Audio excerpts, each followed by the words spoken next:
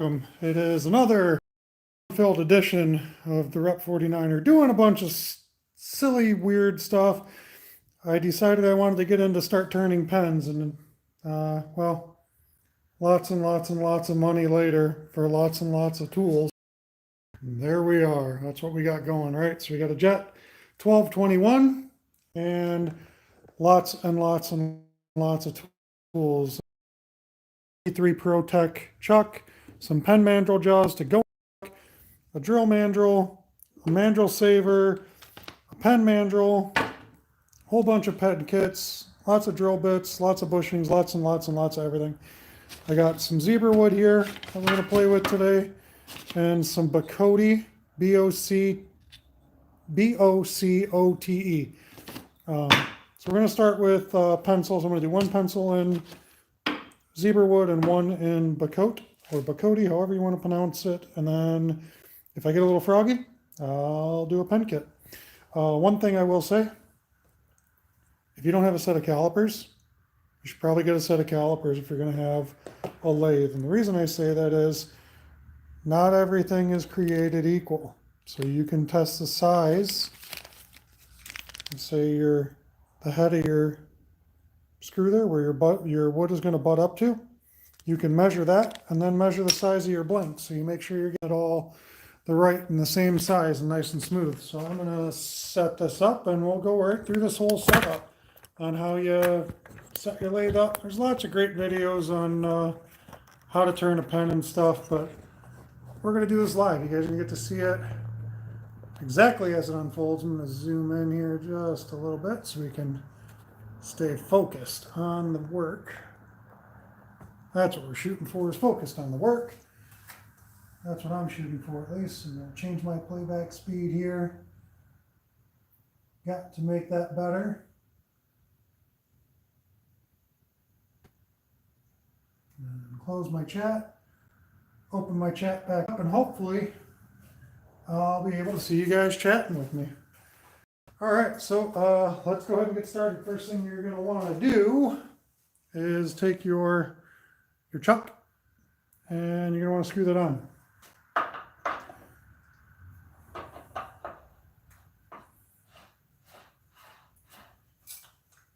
No heavy wrenching is required on it. There's a little set screw in there.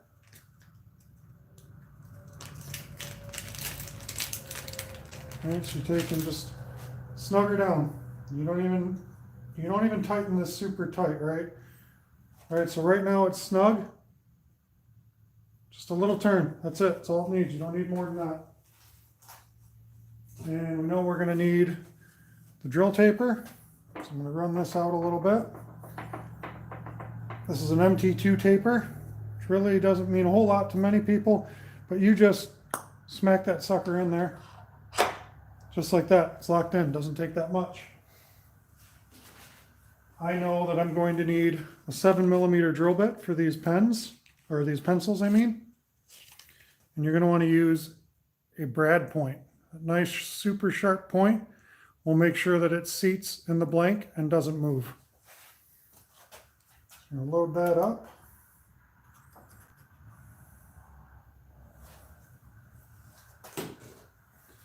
And crank that down. That needs to be tight. I'll slide that back out of the way.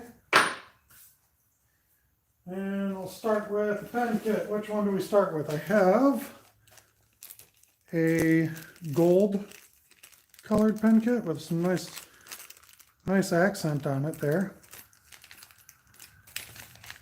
All right, so we're going to do the zebra wood on the gold, I think. We'll do the Bocote on this one, right? So I have this gold tip one. I think we'll use the zebra wood. And then I have this brush nickel, I think it is, satin nickel. And we'll use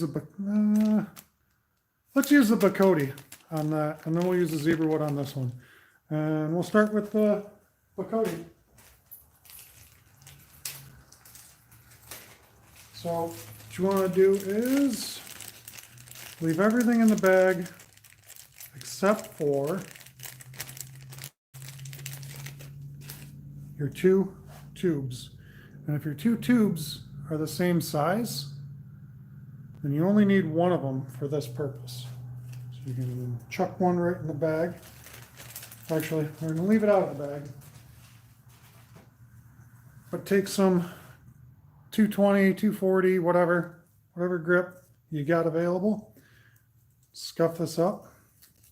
You're going to need that for the glue to stick.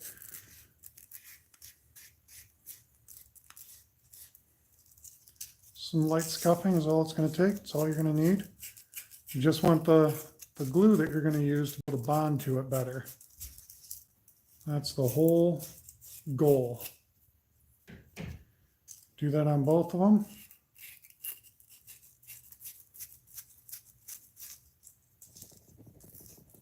Bump my little camera stand there.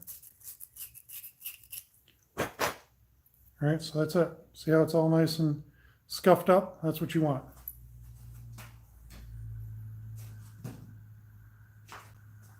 So you take your wood and you decide which side do you want. I kind of like that knot is there, but it doesn't look like it's going to go super deep. But I don't know how deep that knot's going to go. So what you want to do is get yourself out a little marker and butt that right up against the end. Right up against the end, nice and flat. Doesn't have to be exact, but give yourself maybe 1/4 of an inch from there. Do the same thing on this side. Move it up here just a little bit so it's on the line. Again, just about maybe 1/4 of an inch. Okay, now we're going to make these cuts. Also, when you do this, you're going to use this one and this one. So we're going to put a little X because we don't want that one. So we're going to use this one and this one. Give yourself a line for grain direction and just make it right up to where you're going to cut. Okay? This is going to help with the double tube later, so you can make sure that you keep your grain oriented properly. So I'm going to set these back down. I'm going to step over to a handy dandy miter saw. I need to get a better bipod, one that works way better. Stand over here though. And if anybody's commenting, I'm still not picking up comments for some reason. I just closed it. I'm going to open it again. See if I catch it. Oh well. So this is kind of loud part. And I'm going to cut so that this side of the blade is on this side of the line.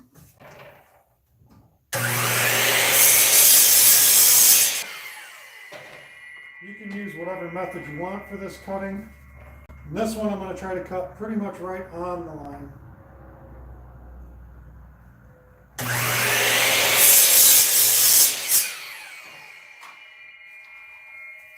Okay, should have 2 roughly equal pieces. Let's tone this right back down onto our working area here. Sure thing, looks good to me. So, just like that, all right? There's not that much of a gap or space in there, which is okay, because it's just less work that we got to do later. And the second one goes there, all right? We can set these aside, and we're going to do these one at a time.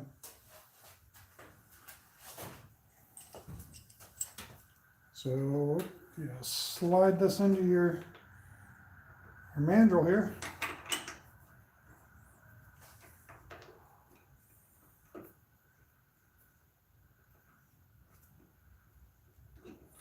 Again, it doesn't have to be super cranked down. It's going to hold it. It's square. That's where we want it. And turn on the lathe. Right now it's at 1500 speed. I'm going to turn that down to around 800-900. And this is why I wanted a variable speed lathe, because I don't have to keep on changing the belt. All right? I don't have to keep on changing the belt to swap my speed. I can just turn the little knob Put us up to about 978, 980. Works for me. And hopefully my big old mug is not in the way on this one. If it is, sorry. Oh, we'll slide this over and get this to where it's just about touching. And this is where that brad point comes in handy. And I'm going to back this off until I can feel it just barely touch that, which it is. Get that just about touching. Tighten it down. And just slowly run her in. And this is where the brad point will make contact and it won't walk on you.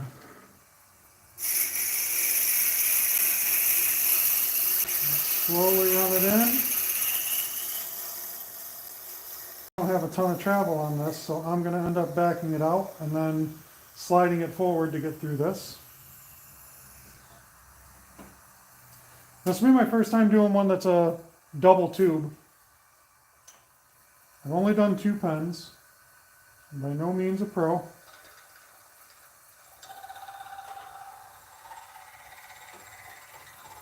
And here we go. And you can look through here and you'll be able to see it pop through the back. You guys won't be able to see it, but I can. But if you're running your lathe, you can see right through there. Right there, it popped through.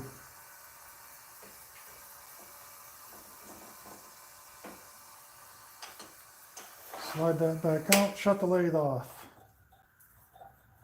Now we're going to loosen up.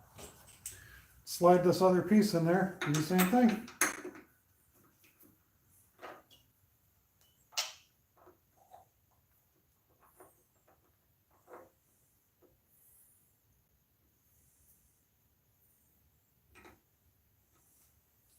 Set my tool down here.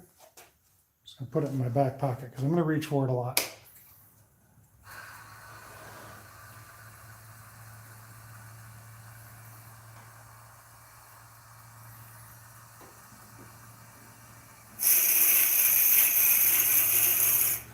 It's fine to back it out a little bit and drag some tips back out of the way.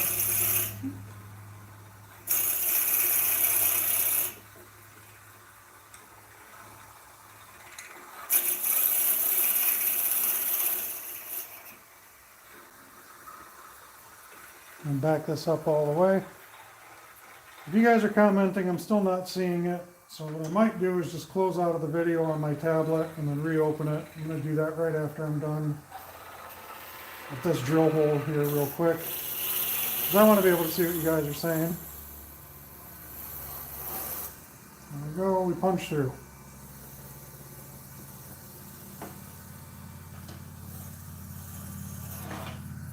That, and we'll shut her down. I'm going to stab myself there on that brad pit, or that brad tip. And we won't need this again, not for a while.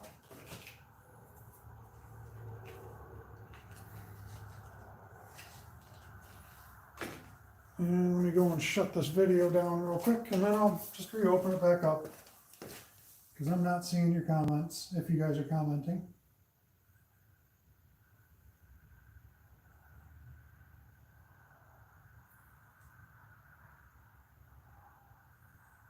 Close out of that.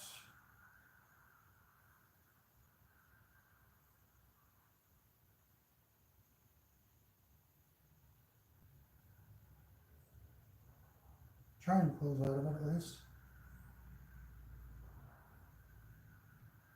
There, reopen YouTube altogether. Now we'll see if comments pop up.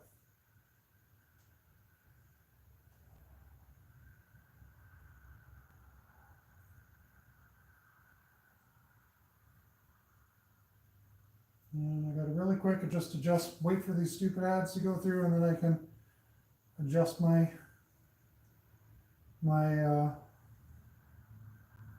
playback quality.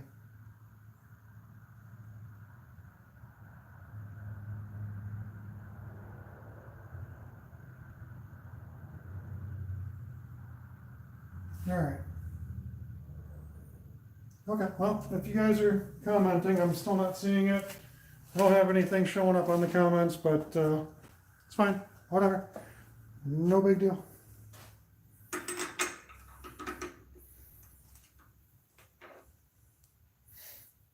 All right, so we got both, and this is where that whole orientation thing lines up, right? So we know we cut through there, and that's where the little knot is, so we can see that. So we want to make sure that we keep these oriented.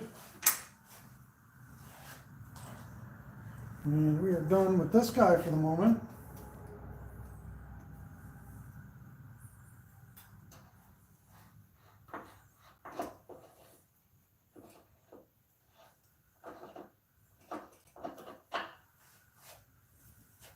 Set this guy back down. I could set up to just do the second pencil, but we'll just run through it. All good and great. This is your pen mandrel. Knock that in there like that. And here's where we're going to go to some thick CA glue. So I'm going to use some gloves. You got to be careful with the CA glue because it will melt these gloves. Melt them in a heartbeat. So you don't really want to get it near or on your fingers anywhere. Not going to do you any justice. Not going to be any good for you. So we're about 16, 17 minutes in. I'm kind of using this to time myself on how long this is going to take. And let me pop this out. We're not going to need that for a minute. We are going to use the Mandrel Saver. Okay, so as you can see, it's got a hole that goes all the way through. This goes on this side. Again, just quick pop and tap in.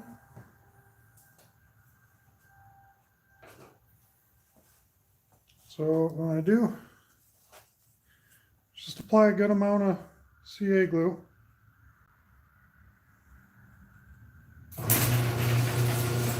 Keep applying the CA glue. My wife opened the garage door on me.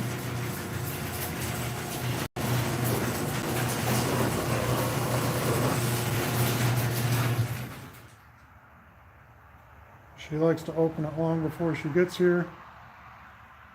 Up to the door at least. Okay, set that down.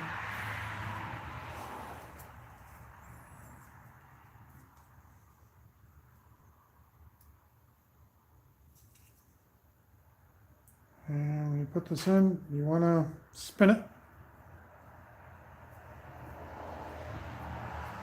And set it in there so that it's not protruding out of either side. And then just give it a quick blast with your activator. Okay, that's done. You can see it's not protruding out of either side. That's what we want. That's good. Set that down there. We're going to repeat the same thing.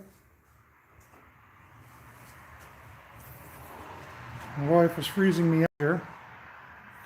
I'm going to leave myself just a little bit of space to grab. I didn't do that on the other one, so I kind of fought with it. Because this will spread around. And this is the thick CA glue that I'm using for this part. Yes, I'm shooting. Ask Easton or the girls to come out. I'm in the middle of this. I'm not going to be in the video, right? No, you're not in the video. Okay. And again, I'll try and do it this way so you guys can see. This should go in really easy. It should fit like really, really loose actually. You should kind of like be a little concerned that it's too loose in my opinion. Tap it a little bit like that. Helps you get it in there. Quick little blast. I'm using Starbond. I've found that this is really, really good. I like it a lot so far. Very powerful, very good glue. My wife is leaving the door open. She's freezing me out. Okay, so for a 7-liter pen kit, you want to get 7mm bushings. I already know that these are 7mm.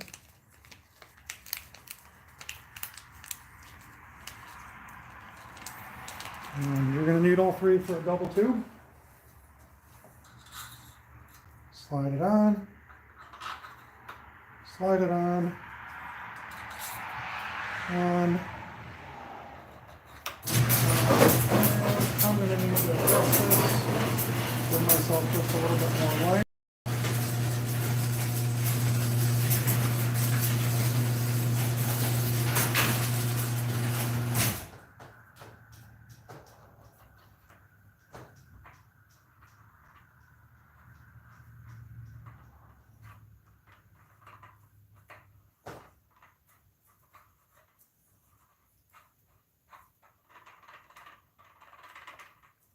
There we go, that should be enough.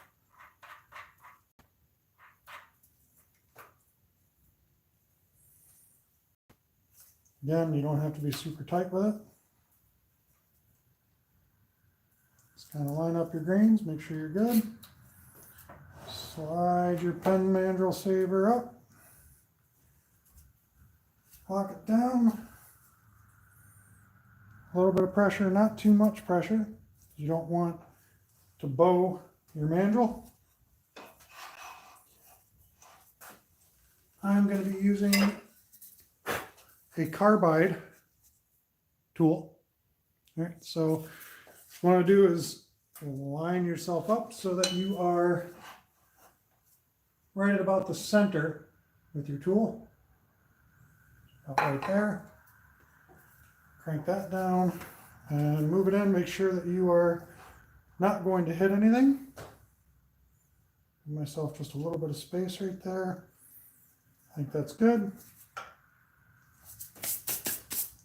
And from here, we're going to crank the lathe up to about 3,200. Start knocking some stuff off.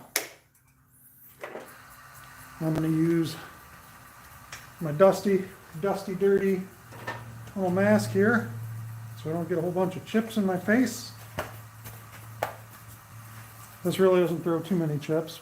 Let's crank that speed up.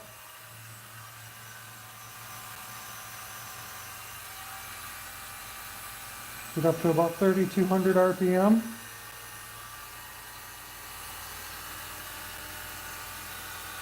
And because this is all kind of pressure fit, the more I hit this, I'm going to have to move this and tap it in a little bit occasionally.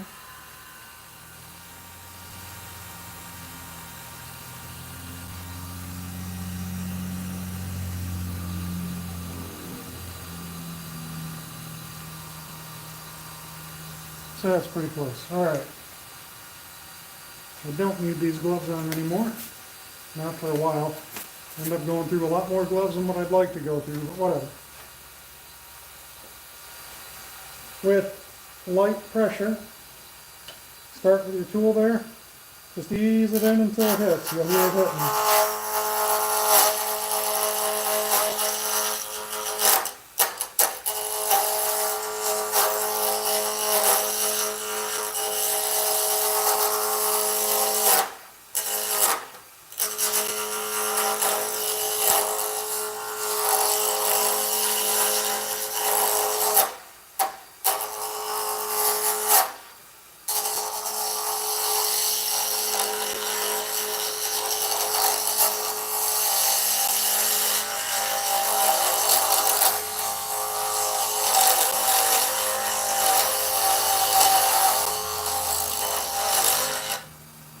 I forgot to do something, but I'm not too late.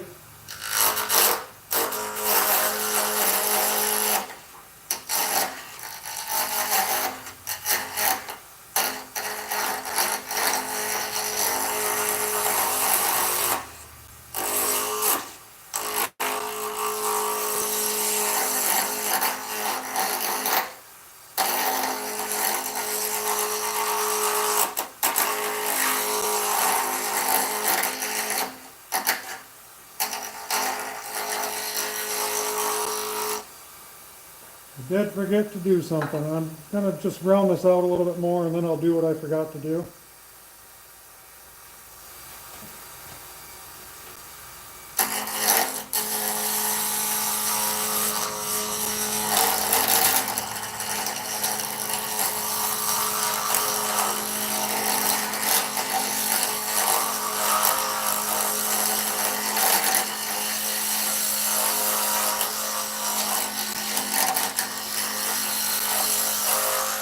But the part that I forgot to do is actually a critical step.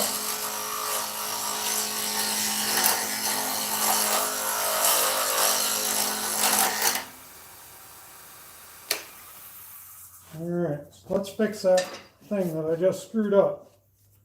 What did I screw up? Well, I got to square up the ends, and I got to shorten these and get these to the right spot.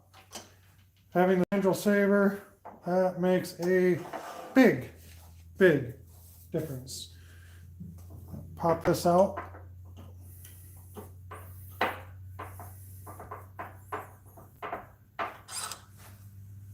Again, going to need this guy again.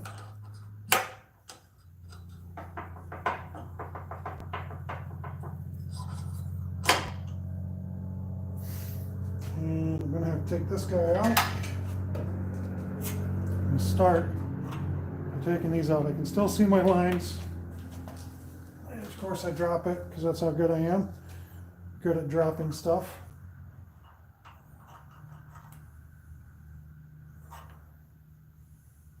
Now I don't know if I'm right or not. I think that's right. Looking at the grain here. No, I think that's right. So now I'm going to make sure I'm staying right. Keep my orientation right.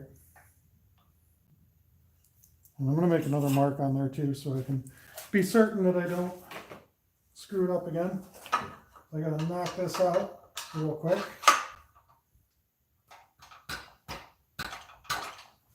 I don't want these to fall.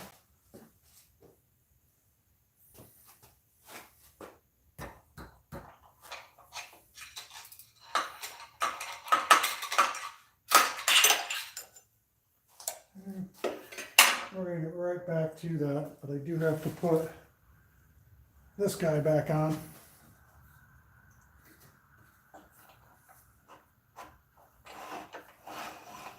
Set that out of the way.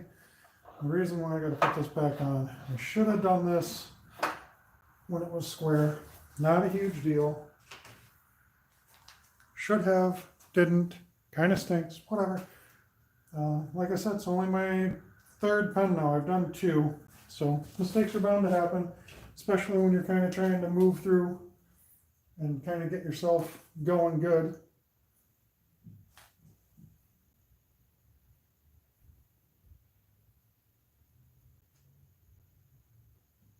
Call it like that.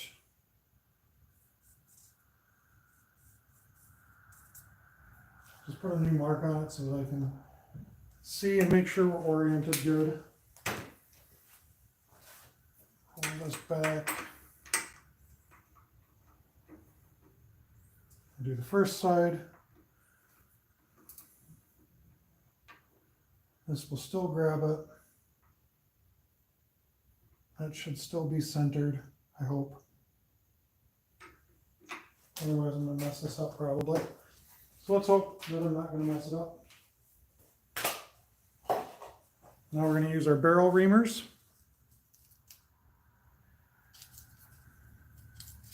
I know that I need a 7mm. Clean that out right.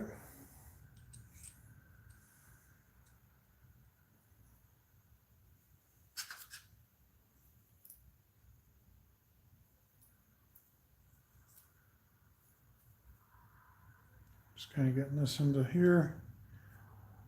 Again, it's just a set screw. Just a little snugging action, that's it. Nothing crazy. I got to do this in a couple of different sizes, and this is really kind of a time-consuming part. So what I kind of want to do is I'm doing this and make sure that I'm not going to screw it up. So I want to get this lined up and good. Just move it in and out too to make sure I'm lined up there before I mess anything up. This is going to slide in here. I think I'll be just fine. I'm going to take this down to about 1500 RPMs, maybe 1200.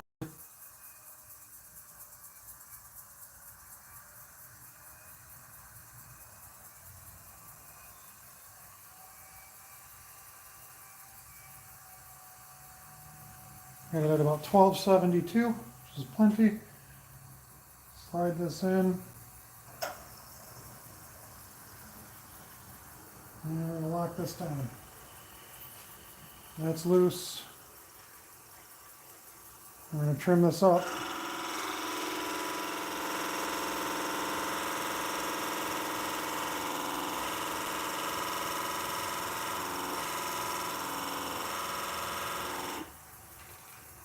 Okay, so I am pushing that in. So I gotta clamp that down a little tighter.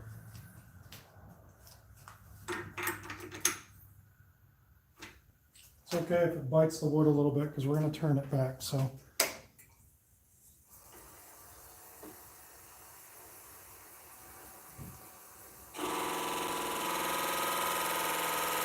There we go. I just want to go till I just barely make contact with that brass ring.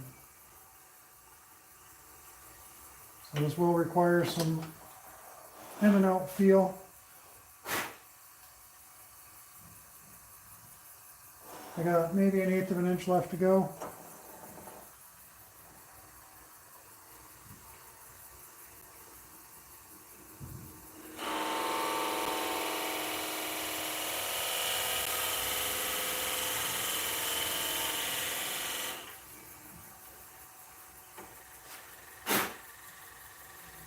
Again, you don't want to go too far too fast, because if you do, you have problems with the pen going together with the pencil.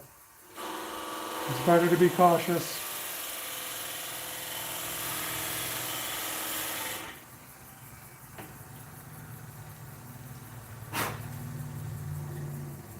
Almost see it.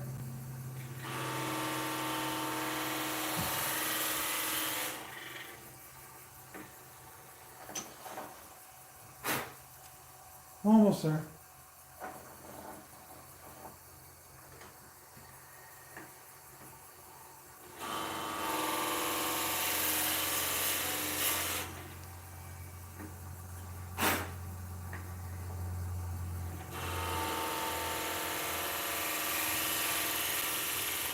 This is almost the most time-consuming part. Might even be the most time-consuming part, but it's also critical. So you mess this up, that's it. Your pen is probably ruined.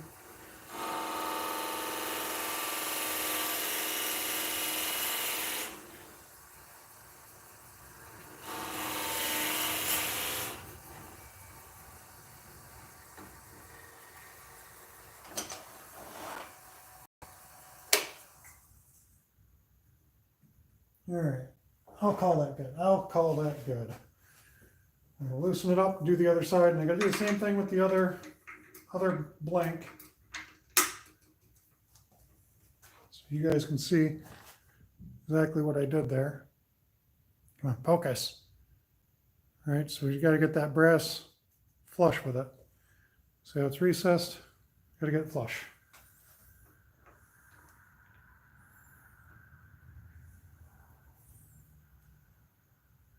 Good and tight.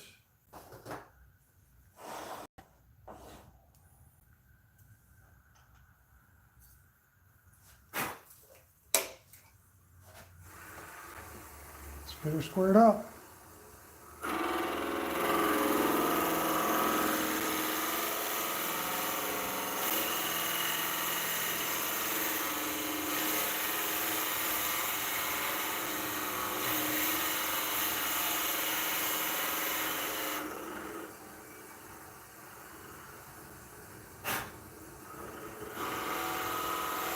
The nice part about this is there's not a lot of super fine dust.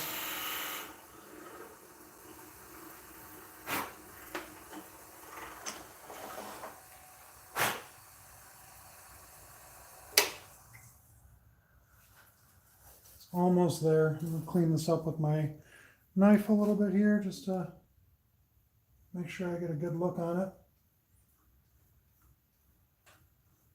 It's okay to be a little bit long because you can always take it off, but being a little bit short, can't put it back on.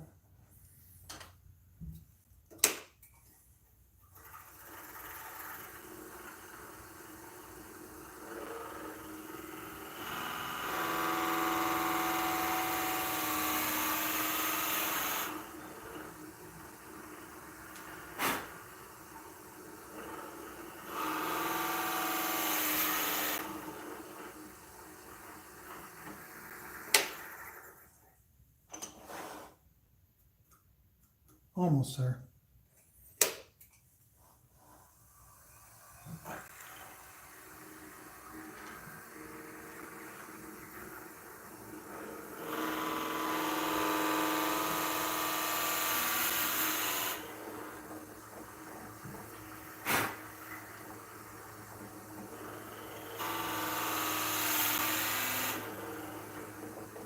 There we go. Now I can see the brass spinning. I know I'm good.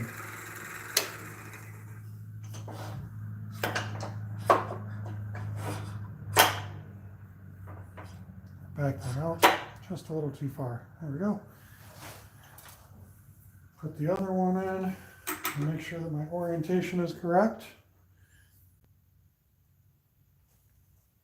Remember that the knot was towards the middle. And you can see that brass ring there. Focus. The brass is nice and shiny and I just barely touched it. So that's what we want. And remember that that knot was towards the middle. And I'm going to make a mark on this guy for what I thought was the middle. So I'm just going to mark this guy and let myself know that that's the side I want for the middle.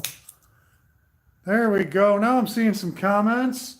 Seeing them on my phone, but not on my tablet. I just happened to look at my phone and saw that Scott said something to me.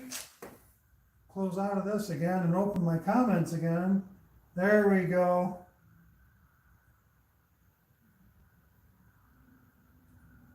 Set my settings up good. All right.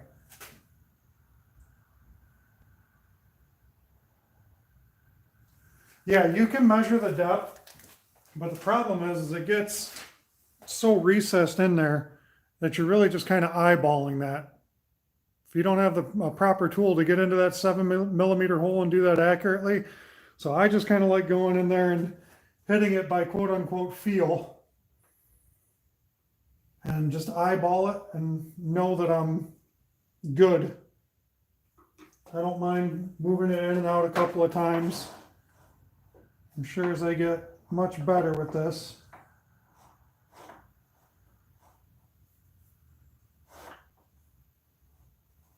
I don't like how that's sitting, so I'm going to change the position of that a little bit.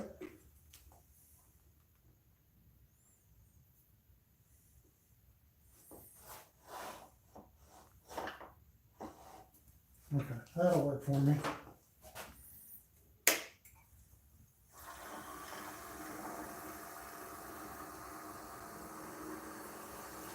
Here we go.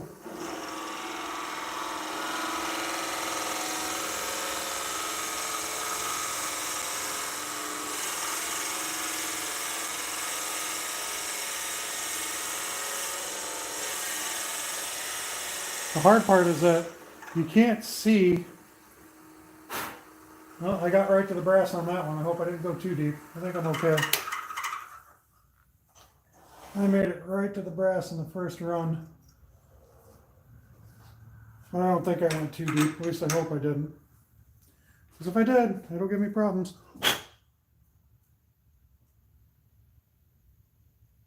Yeah, I think maybe we'll be okay. Maybe.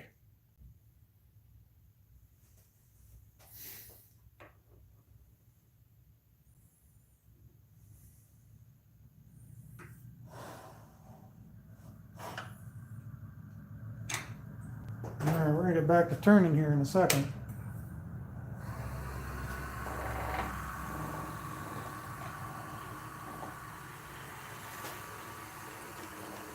See what we got here.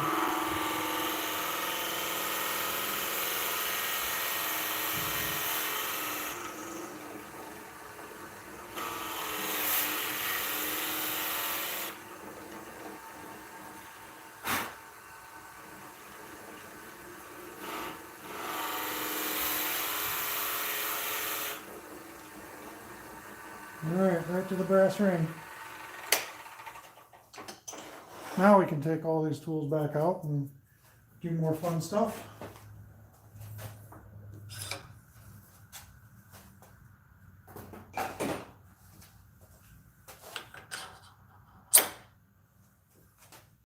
Need my little Allen wrench here. Now we'll get back to the turning portion of our regularly scheduled show.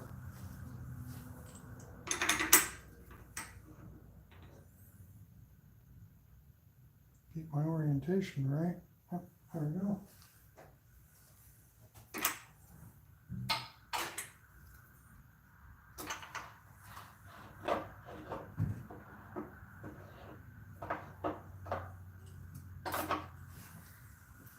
Set some stuff back down.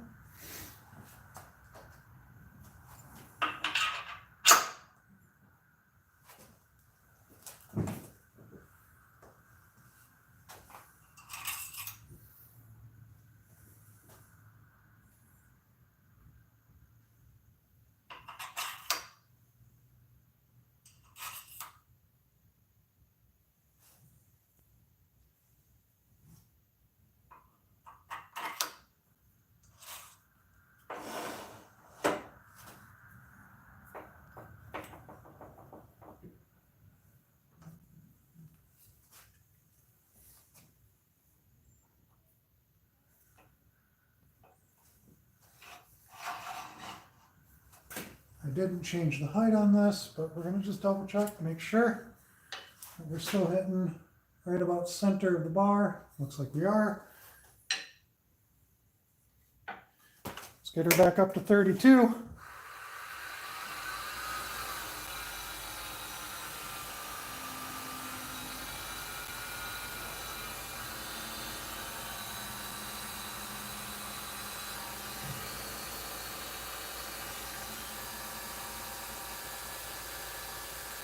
Pretty close. All right. Let's go.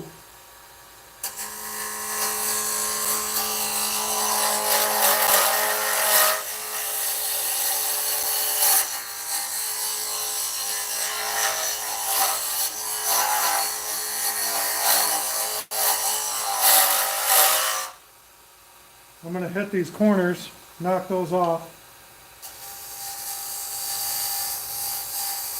That way I can see the ends of my bushings.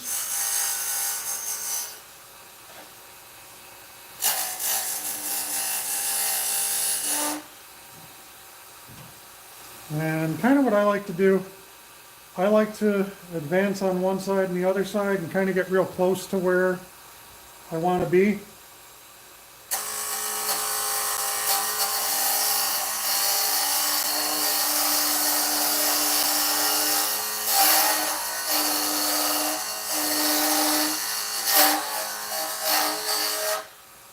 I'm going to say just a little bit proud of the bushings.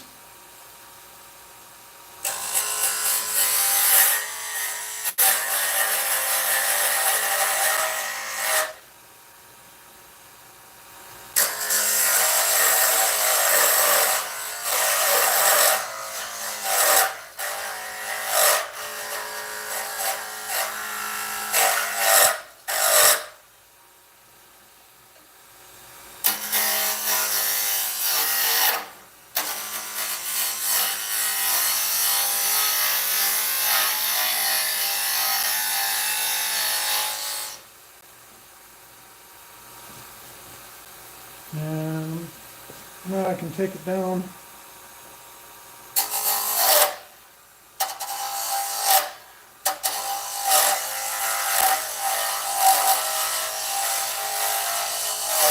Just good slow back and forward movement.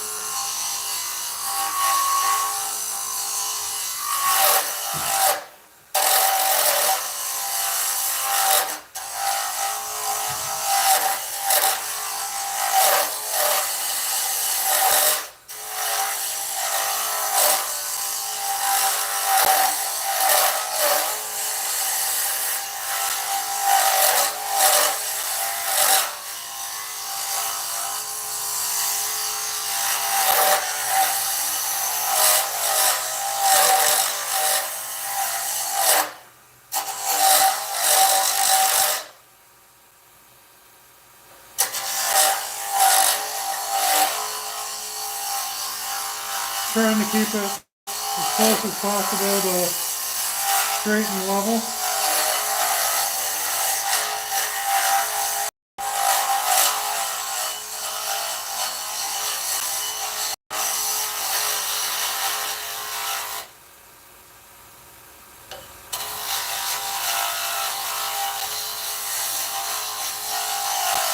Trying not to dig any corners in.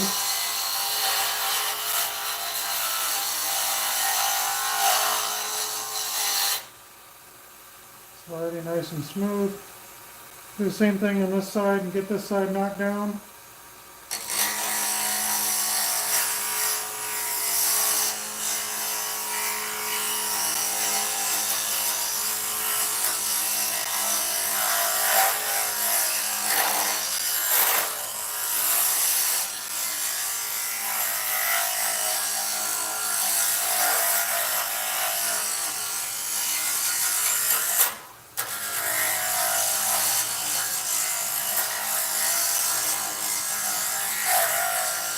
Really doesn't take too long.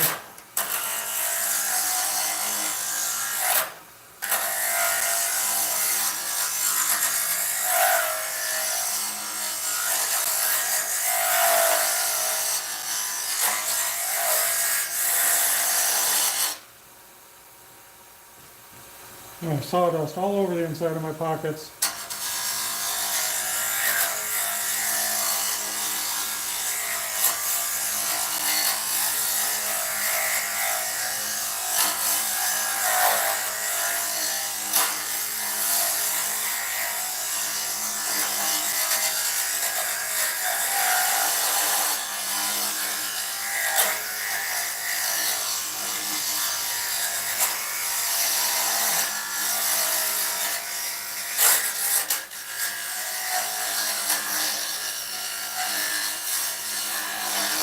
Made a little goof there.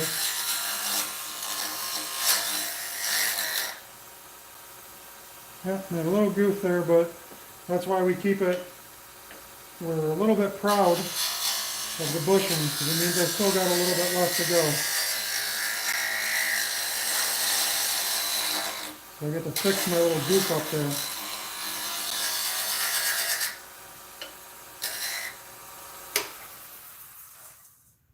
My little goof up is I dug in a little bit deep right there. And now I can use the calipers to make sure that I've got proper diameter. I can do that by measuring the bushings, or I can do it by measuring the pieces. So what I'm trying to do is just get the calipers out, and I want to measure the diameter of this pen cap head, pencil head. And I'm going to do it in millimeters. Okay, millimeters. Open it up, and I'm going to close it on it this way.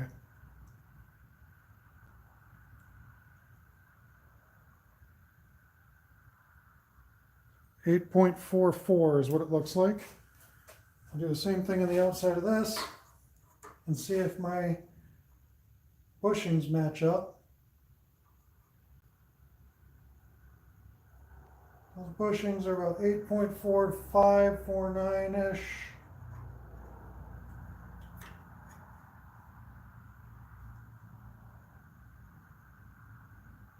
And if I push on it kind of hard,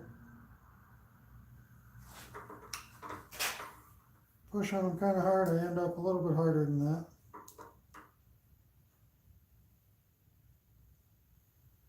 So I want to stay definitely a little bit proud of these bushings.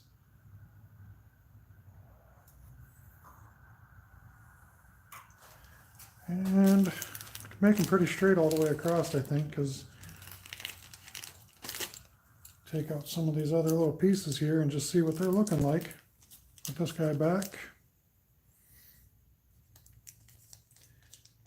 Yeah, it looks like we don't want to go too much more narrow than the bushings themselves. So we'll get real close. We'll leave a little bit of room for sanding.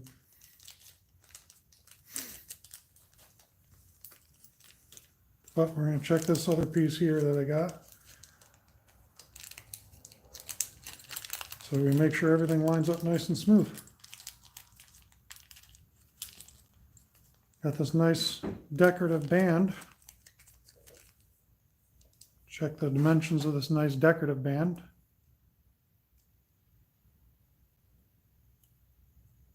That's going to be 8.41.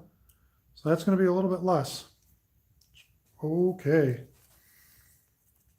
Not going to complain about it.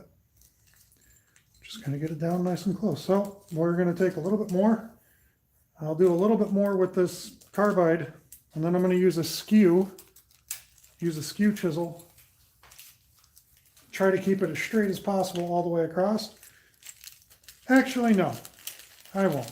You know what I'm going to do? We got the calipers out. We're going to have some fun with it. We'll give it a little bit of a bulb. We'll give it just a little bit of a bulb, so I'll make it taper down both sides.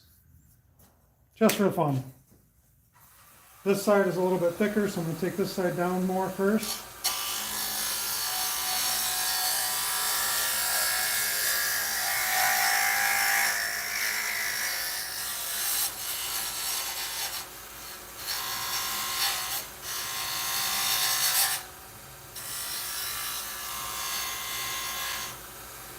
And what I'm going to do is just work my way from roughly the center point,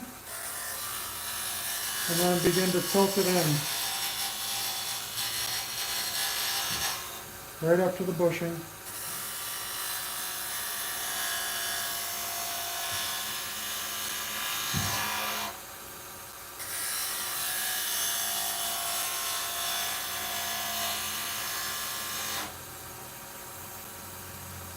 Same thing on this side.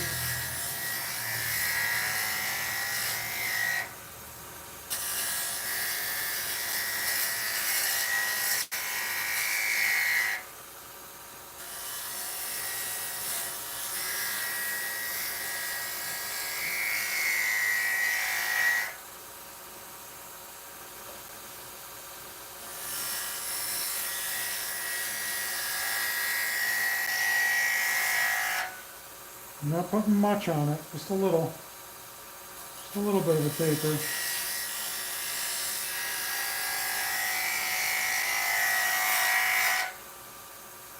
It's almost there.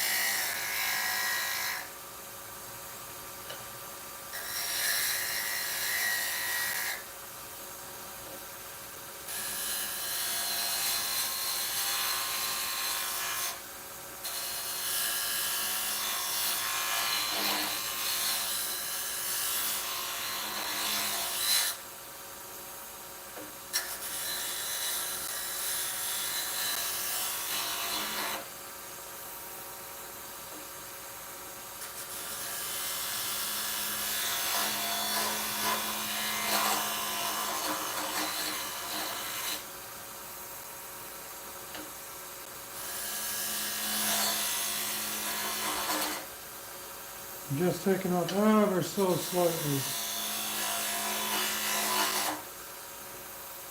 Alright, that side's ready for sanding, but now we gotta try and make a measurement. Alright, so we kind of got that one bulbed, which is good. You can kind of feel a little bulb on it.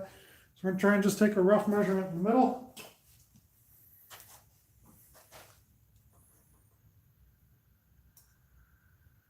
I'm gonna lock it right there.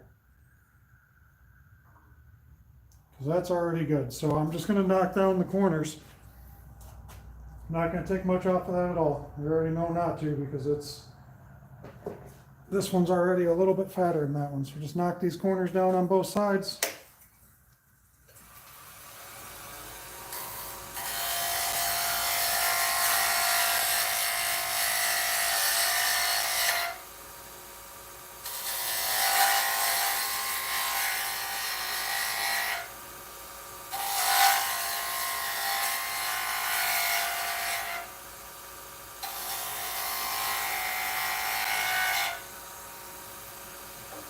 Pretty close there.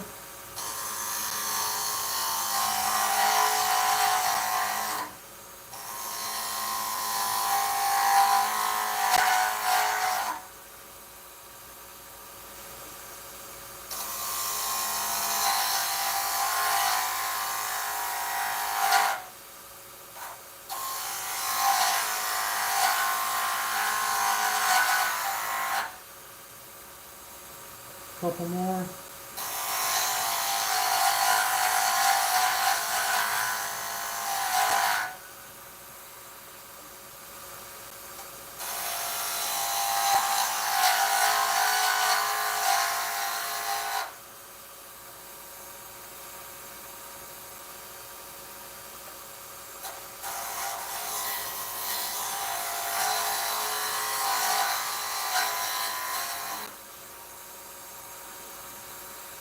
All right.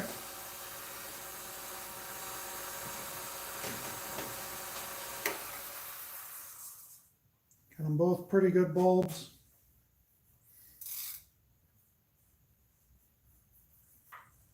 Take this out of the way. And let's grab some sandpaper. We're going to start with 320 since the carbide bits leave it pretty smooth.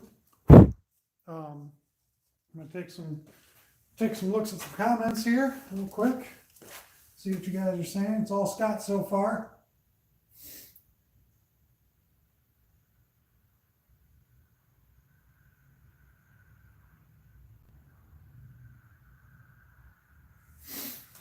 Yeah, I could have marked it like you said from the center. I was being lazy and didn't really care because these are going to just be practice gift pencils. I'm just messing around with them. To answer your other question, Scott, I got the lathe from Rockler Woodworking out in Novi. I was going to get the Rikon 7150 VSR, but they kept taking forever and ever and ever and ever to ship. And I got to the point where I didn't want to wait anymore. Sorry, needed to get a drink there real quick. So we're going to start at 320 and 400 and then 600 on the sanding of this.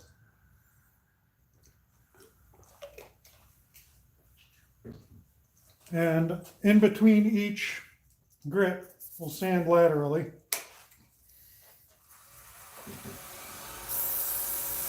Slight pressure.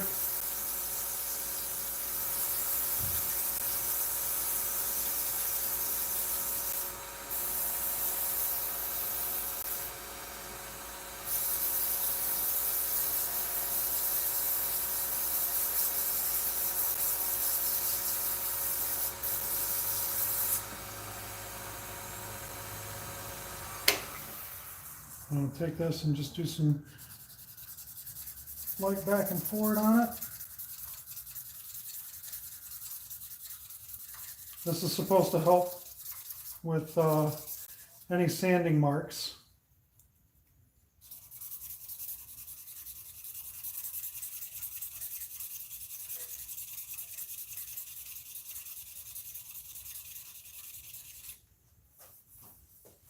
Let's go to the next level, which is our 400.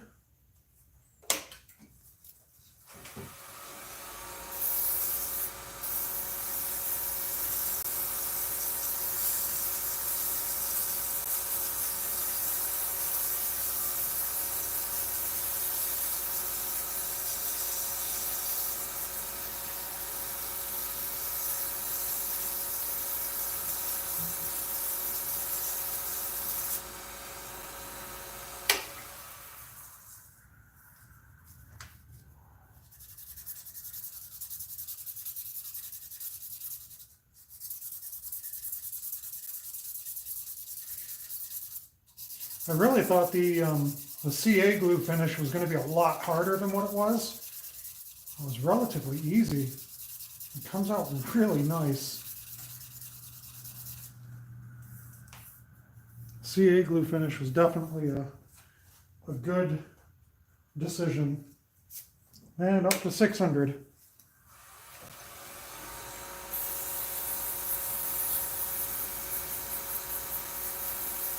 You start getting into that 600 grit, you can already kind of see it polished just at 600 grit.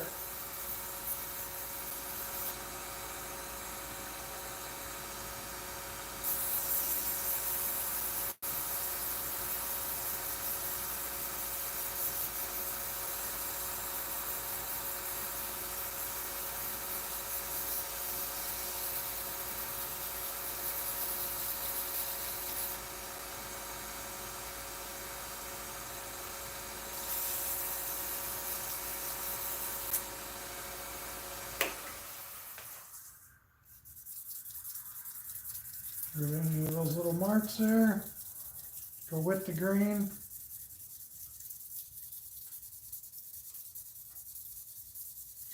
Really, I can't even see the marks.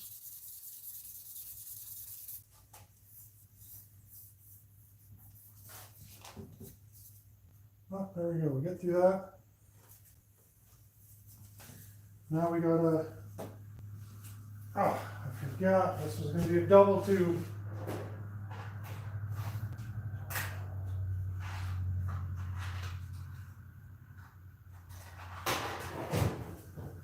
So because this is a double tube, I got to use more of these non-stick bushings for the CA glue finish.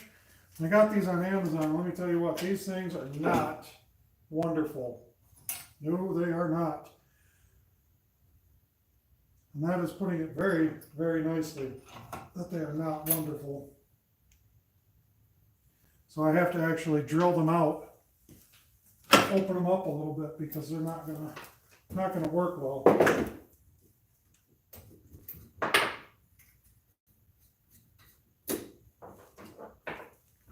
So all I'm doing is holding them with a pair of channel locks, taking the drill bit through it nice and slow.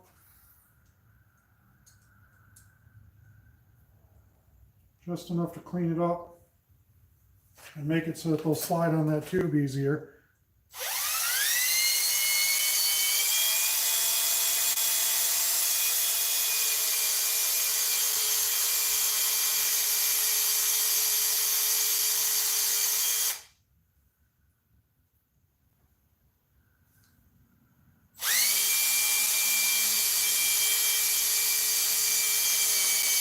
If I don't do this, geez, oh Pete's, does this thing not want to come off. First two pens I did, you can reuse the bushings, which is great. The first two that I did, man, they did not want to pull off that mandrel. I had to bring all my muscles with me and trying to control it to not send it flying.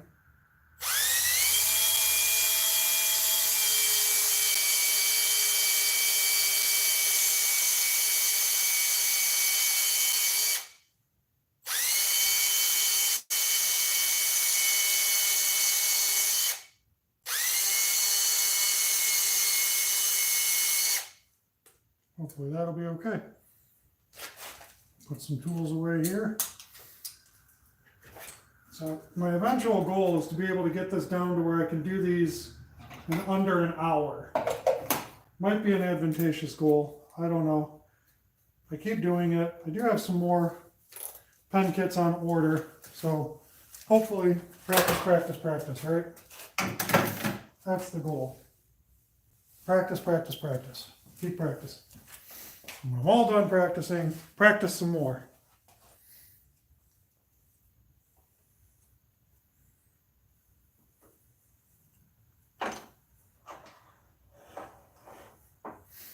Now again, we're going to keep our orientation.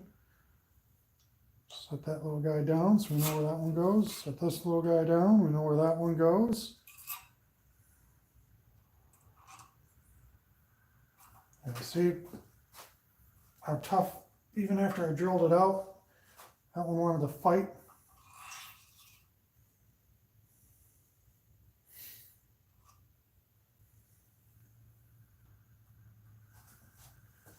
Alright, my other two over here.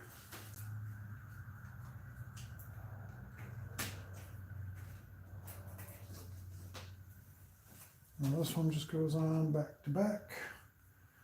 And this one's even tighter.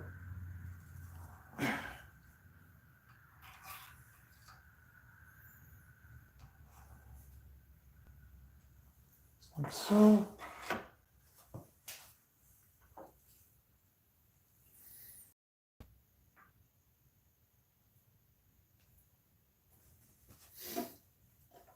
And take this kind of out of the way here.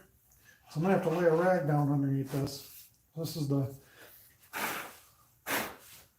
part where stuff kind of gets a little wet. So you don't want water on your cast iron top. Put a rag underneath it. underneath your workspace there. And I'm going to grab my thin CA glue. We're going to turn this down to around 200 speed.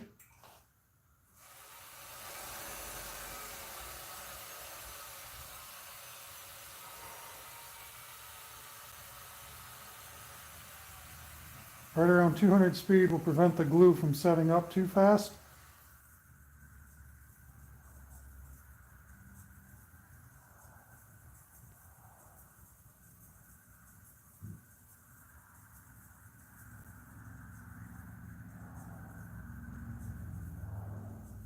At about 190. The nice part about doing this finish is that you can do it fast because you got your spray accelerator. Just want to get a quick base coat on it.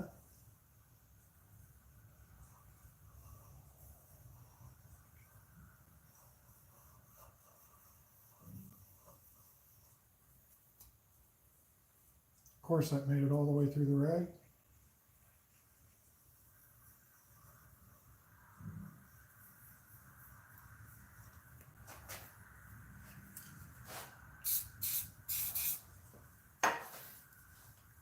Well, we're waiting a few seconds for that. We'll switch to a softer part of the rag, and we'll do 3 more coats like that. Definitely got a little super glue on my fingers there. But this really does come to life, like pretty much right in front of you here. So we just want to establish a good base coat is what we're trying to do.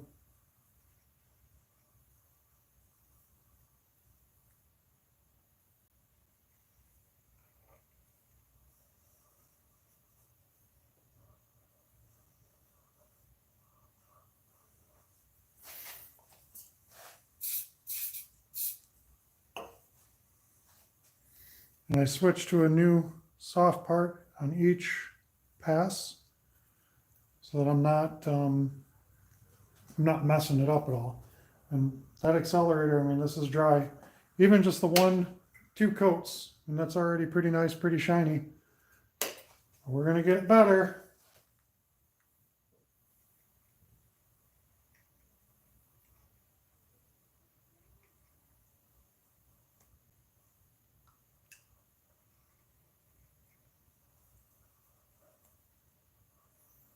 So I like to do about 3 or 4 coats. I'm finding is okay with this. I'm going to do 4 on this one, and then this one's going to chuck. And then we'll switch over to the medium, and we'll do 5 or 6 coats for a total of 10 coats of CA glue.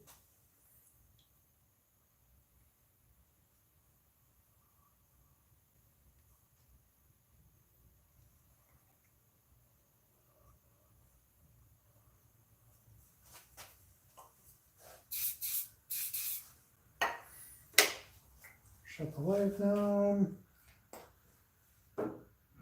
Grab a medium, chuck this rag. That one's a little too skinny, I don't want that one.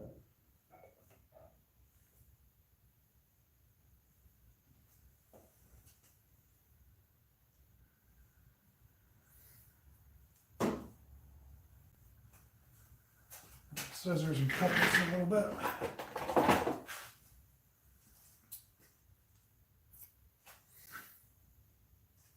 Cut a couple of these actually. When I got the scissors out.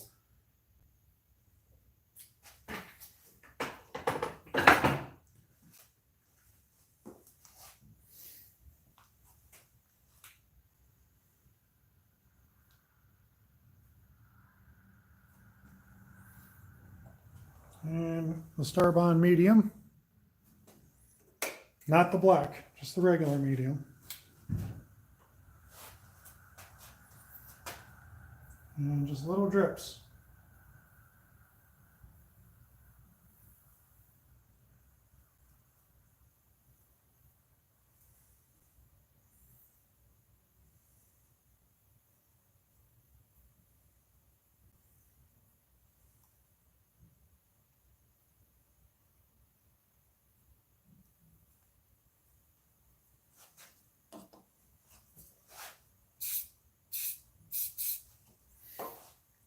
We got one. Still got a little bit of room here maybe. On the last couple, that's when I get to maintaining it. It's only the softer sides.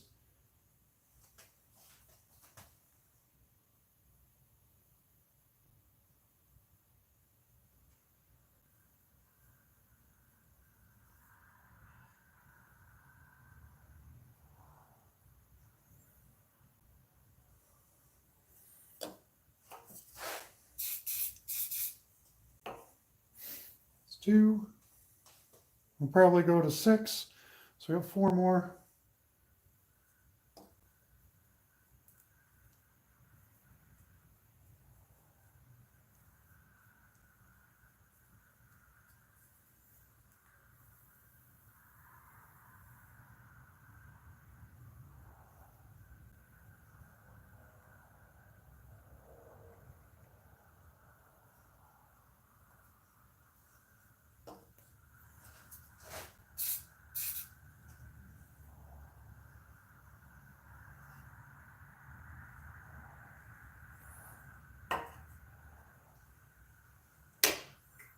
And a little sticker there. I think I got it off in time.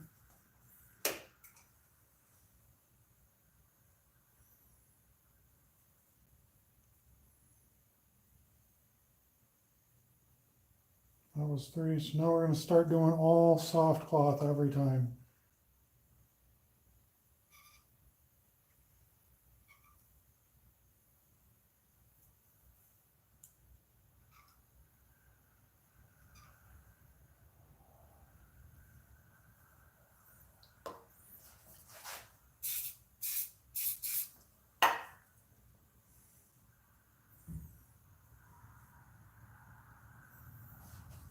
Four.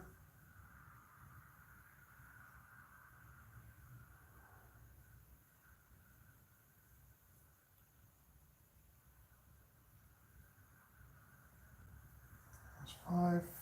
Nope, still 4. This will be number 5. And then we'll do one more after this.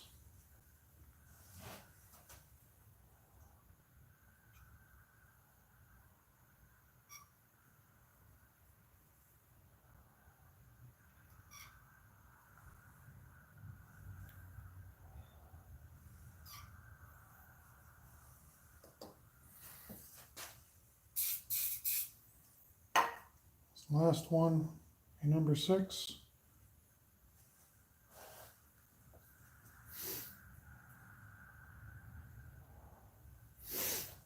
And that'll make 10 total.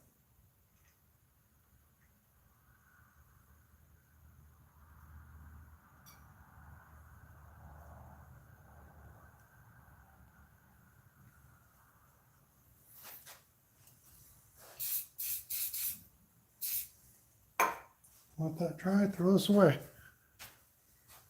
Next up is the fun stuff.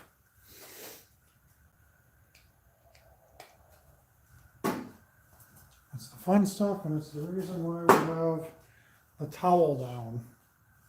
It's just so you can see it, right? Kind of nice and shiny. But not even close to done yet. So we start at 1500 grit. Check some comments here.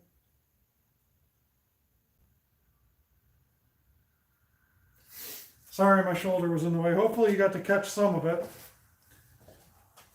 You probably did, because the way I had to be. So I guess I'll have to re-illustrate that with the cap on. What you want to do is just light drips. Drip, drip, drip, drip. As you're going, drip, drip, drip, drip.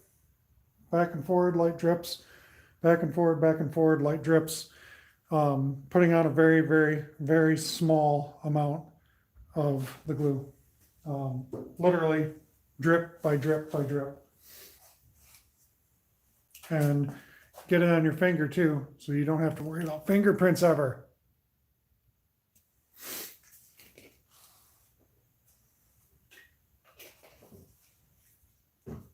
My shoulder might end up getting in the way on this too. We're going to take this up to about 1500 RPM.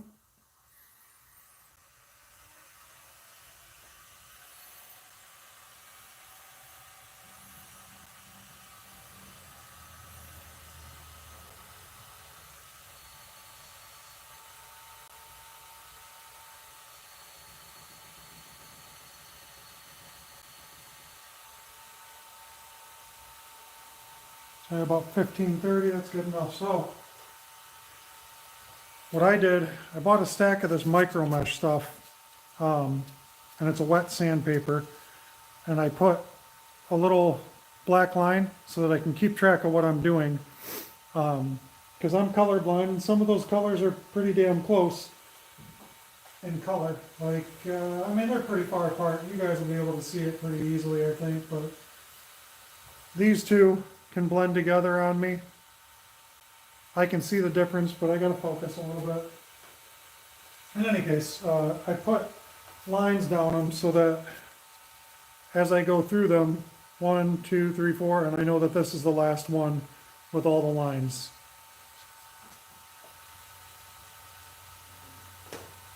So let's start it up. 1500 grit, a little glass of water. Just get your pad wet. Doesn't have to be soaking wet. And then this is the important one. Take your time on this one because this is the one that's going to even you out the most.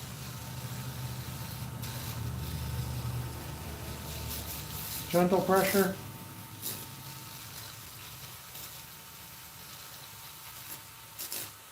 You're not trying to take the whole CA glue finish off, you're just smoothing it out. And that's why you're wet sanding. You're going gentle pressure.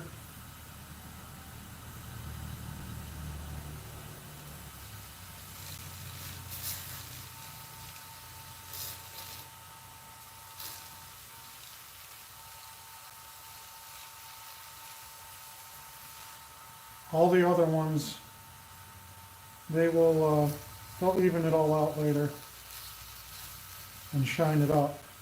But this is the one that really smooths it and gets it close to where it should be.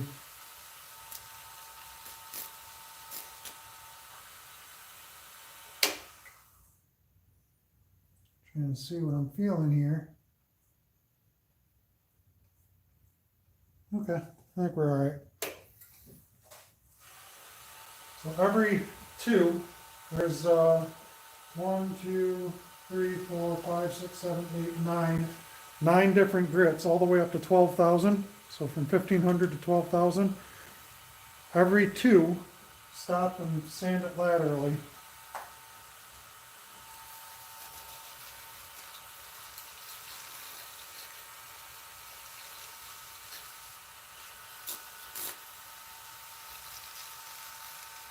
And these ones are all far less sanding, not as much pressure.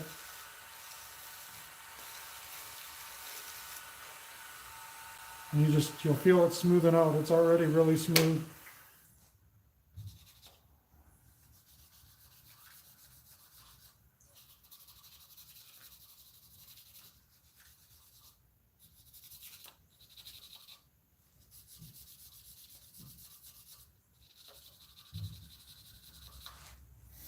So every two. Now back on to number 3 here. So at number 4, we'll do the same thing. We'll stop it and sand it up a little bit.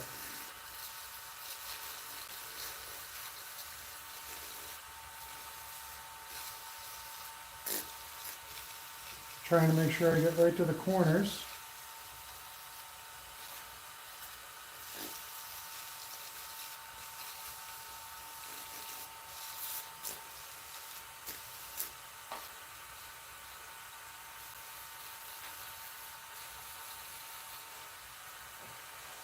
Now we move on to number 4. So you see it's really super fast for sanding and polishing. If you've never done it before, it is super, super fast.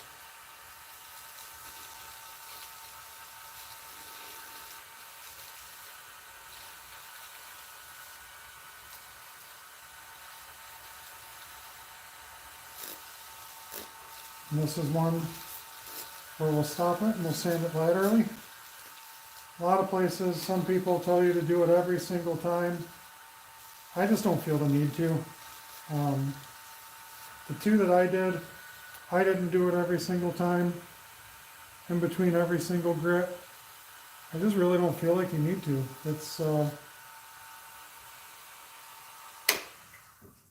It's not super high grit sandpaper, so you're not really making a lot of scratches. The whole idea of this is to polish it.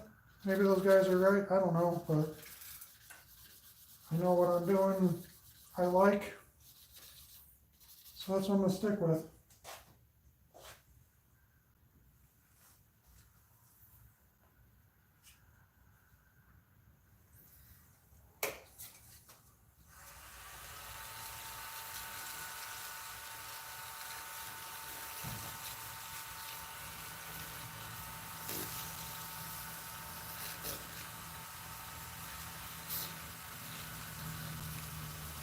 This isn't so bad.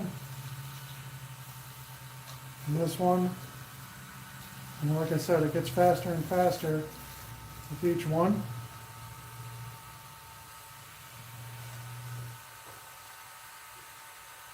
You don't need to hit it as hard or for as long. Just polishing it up.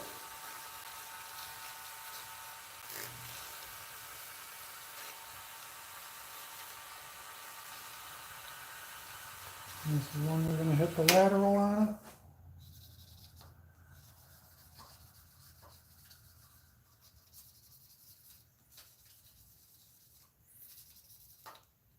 And this really, the CA glue really will give this like a plastic-like shine.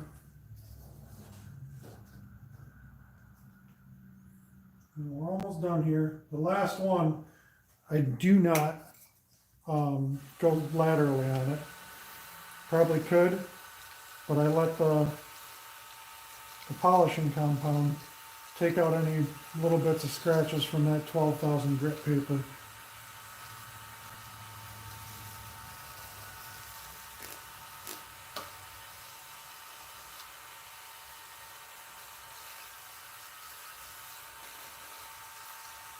This pencil, or the other one that I do tonight, might just go to my boss at work. He was talking about mechanical pencils, and these are all my practice pieces, so you know, I don't really care about trying to sell them.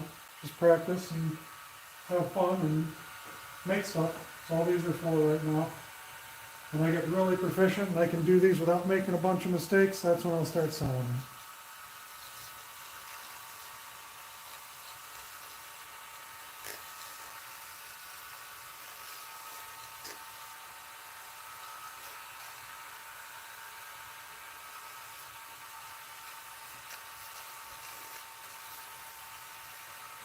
Give it this last little lateral sanding here.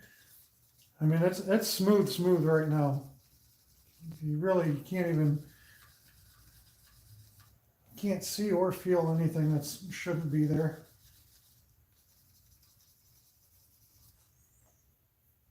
It already feels really nice. And now we're on to the last one.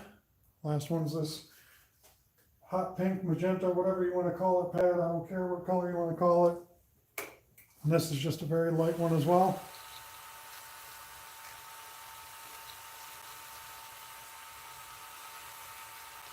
And like I said, I won't sand this one laterally. I'm applying very light pressure. About as much pressure as you would apply if you were just trying to tap somebody on the shoulder, I guess, maybe. Maybe even lighter than that. Just enough to where you can touch it and feel it.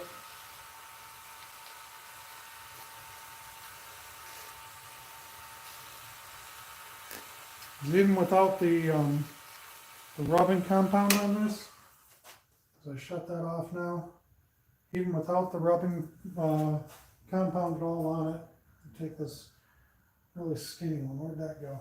There we go. Let's just dry it off with a paper towel. Even without any rubbing compound on it, these are still pretty darn shiny. But we're going to hit these with rubbing compound, remove any of the possibility of remaining scratches.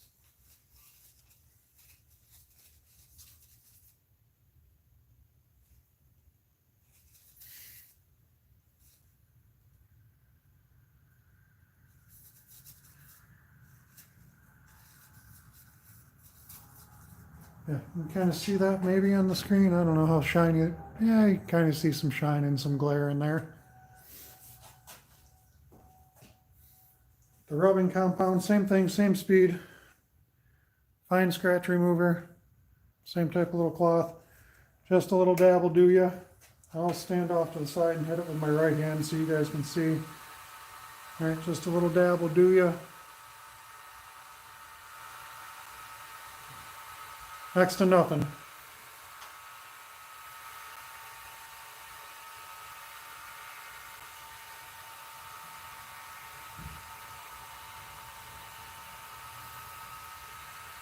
I leave this on for a few seconds and kind of try to hit it, polish it really good.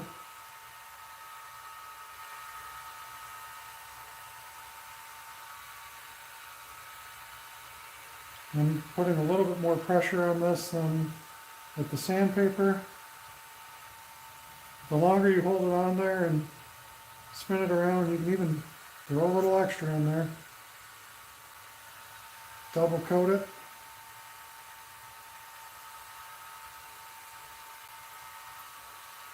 And I'll let this buff to a really nice, good shine.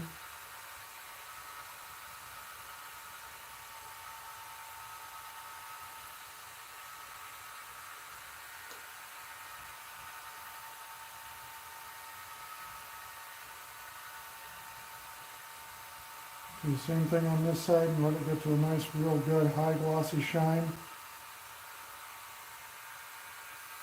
Normally I'm not really a big fan of the super high gloss finishes, but I think it looks good on pens and pencils, especially if you're trying to do something nice and quote unquote classy.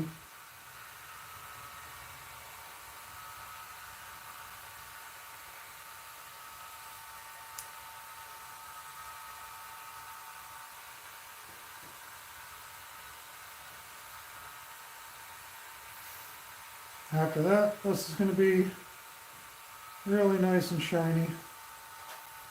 Flip this around and get to the drier side. Do a quick polishing.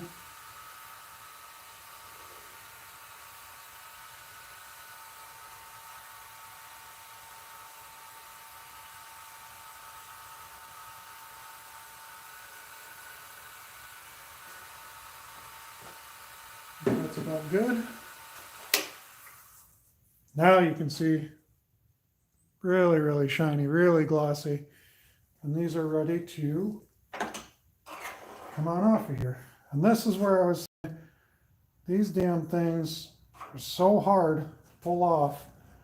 They were making that really, really difficult. So keep that orientation there. If I hadn't drilled those holes out, man, oh man.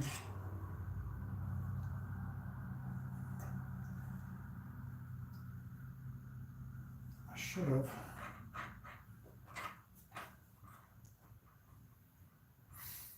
I had to loosen that up and push it in just to give myself any ability to pop that off.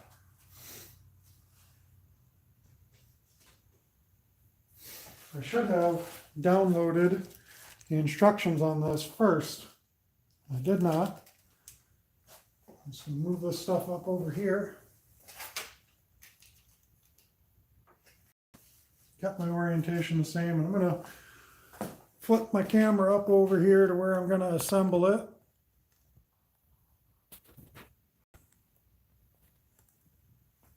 There we go. See if I can maybe figure this out. Correct order, all that good stuff.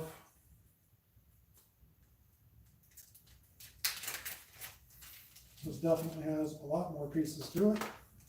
And they're all press fit pieces, so once they're in there. A little pen press here. I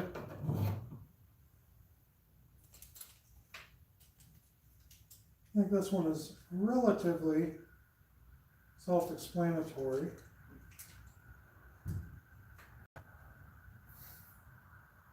short of a couple of spots.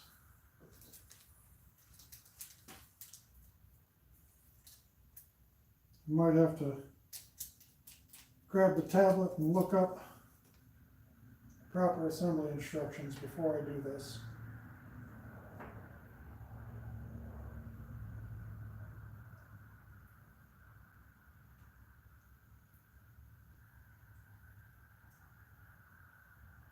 Maybe, maybe not. I don't know. Oh, almost forgot. You'll get some CA glue finish on there. Your 1500 grit sandpaper takes it right off.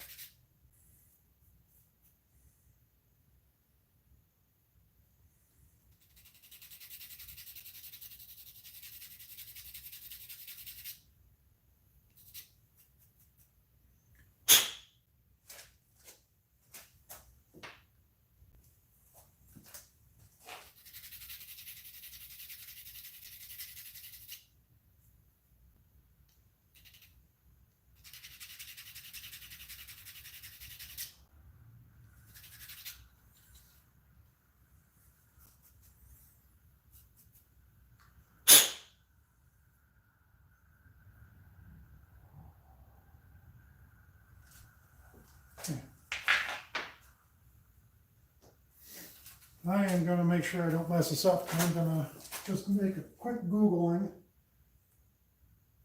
American Slim with black pencil. I'm going to Google this real quick and check these instructions. Make sure I put this together correctly.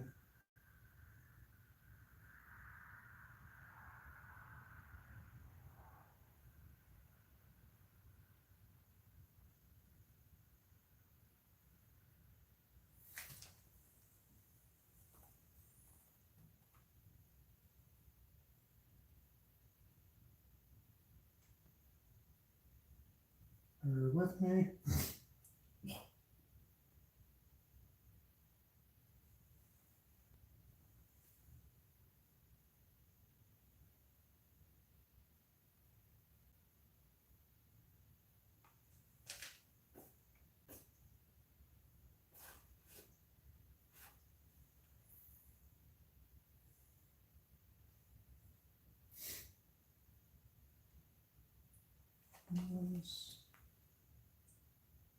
Their numbers change all the time, so you kind of gotta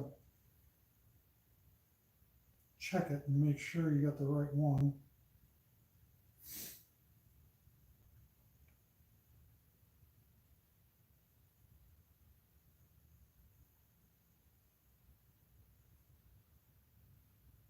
Oh my. Okay. American Slim with black. Okay, let's see if that says anything with that. Gold with black stripe. Okay, yeah, good.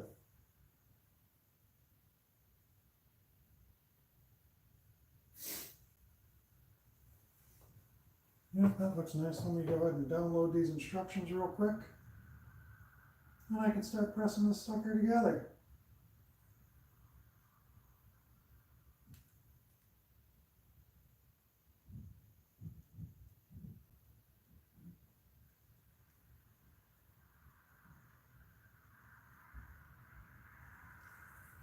All right, we're opening them up now.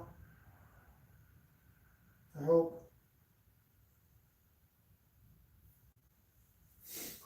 Open, open, open.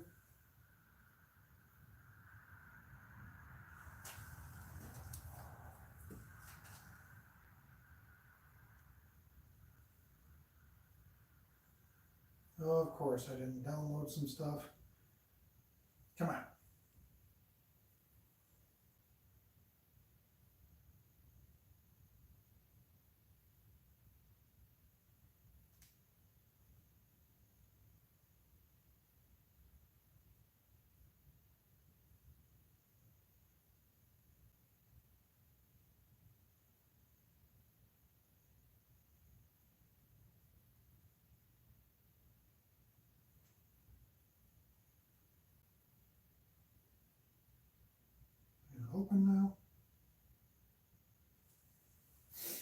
I really don't want to have to try to do this from my phone.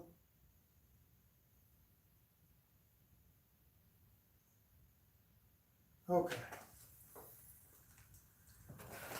Move my extension cord so I can see.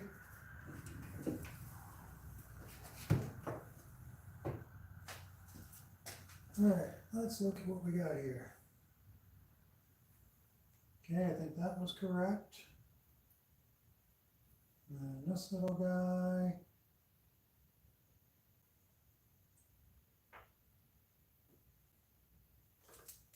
Wait a minute. I'm missing something?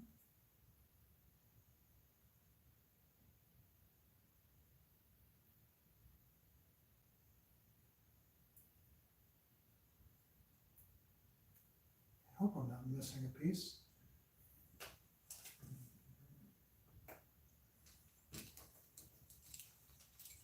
Really hope I'm not missing a piece.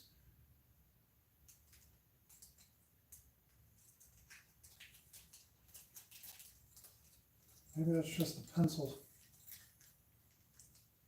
Different style pencil, I hope.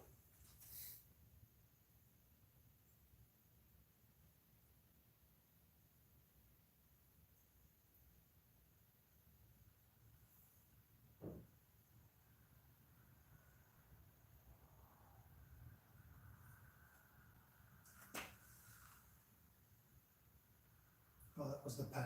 Okay, so that's the pencil assembly. That makes more sense.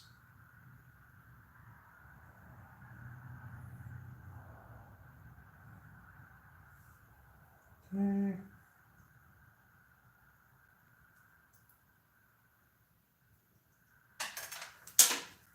Good thing I saw that. Watch that fall. Now I gotta look at it.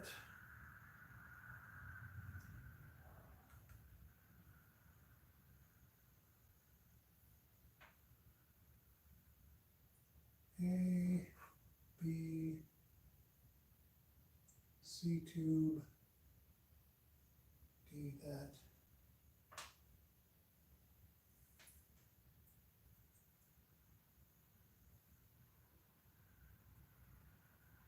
Yeah, okay. I think I got it. Maybe, we'll see. Press nib A into one end of body B.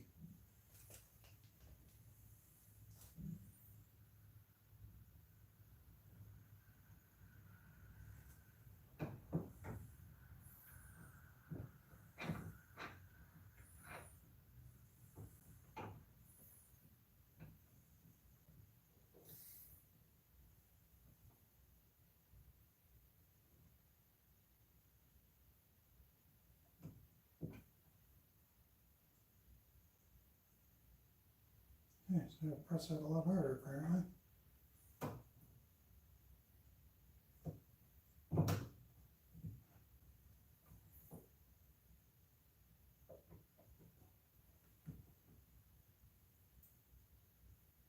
That does not want to press in there very hard, very well.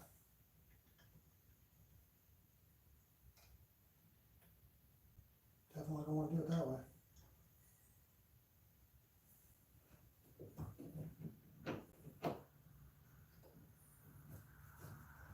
That's that really tight. Come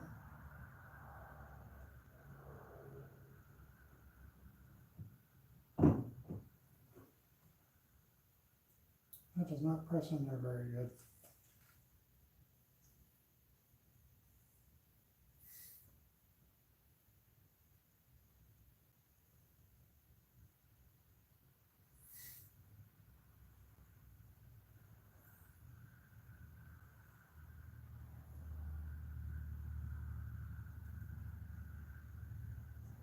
It just does not want to go in there very good.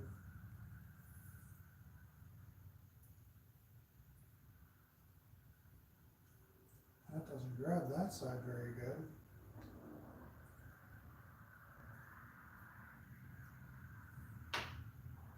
Well, come on. This is the fun we have.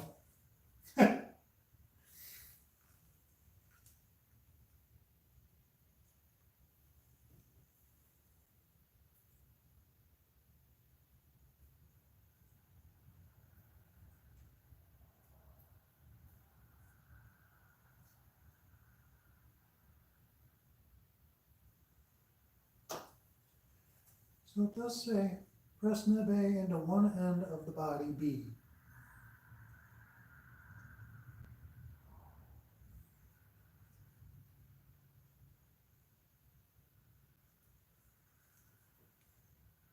Probably do it that way, but then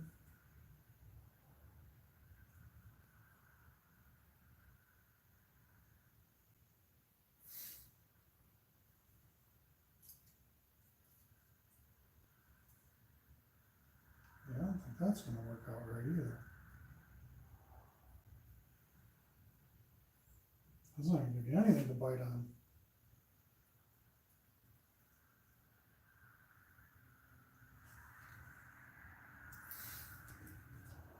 Let's see.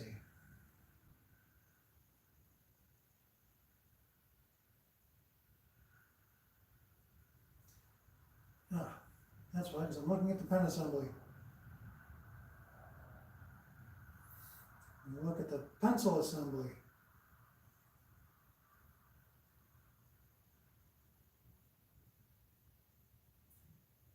All right. Press brass insert B non-tapered end into one of the open ends of body C. Non-tapered end goes in there. So what we're going to do is see which end lines up with the pen the best. The head pen. So this one, that one feels okay. What if this one? How does that one feel? That one also feels okay. Let's do it that way.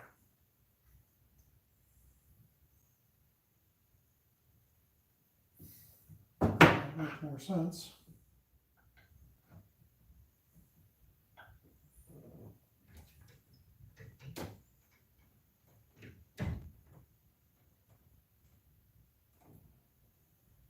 Okay. Next, press the center ring D into the open end of the cap assembly.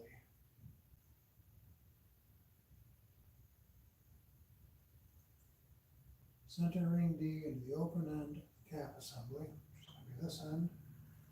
Make sure we got our greens right.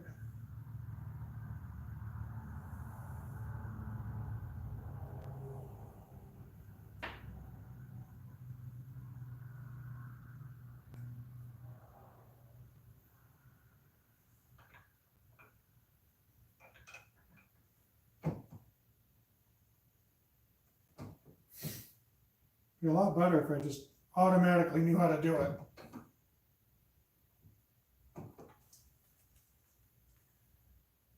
Next,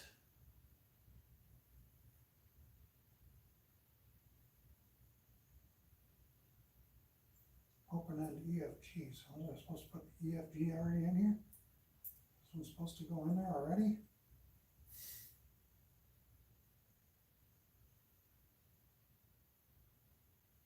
Slide cap G end of the post of the finial cap and press into one of the open ends of the cap. G. Okay, yeah, I guess I was supposed to do that.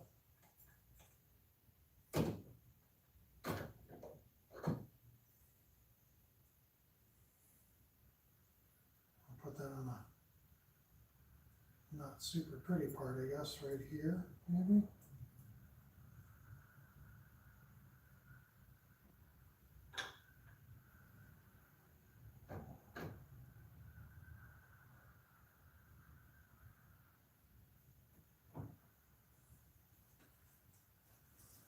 Okay.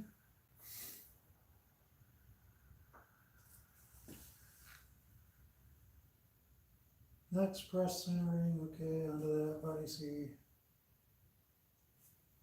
followed by pressing body C onto the other end of center D.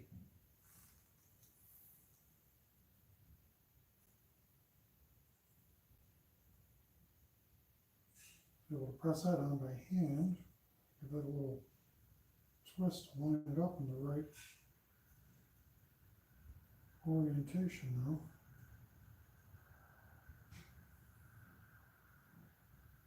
Yep, like that. Okay. And insert pencil mechanism through the finial cap until threads protrude from the end of the body.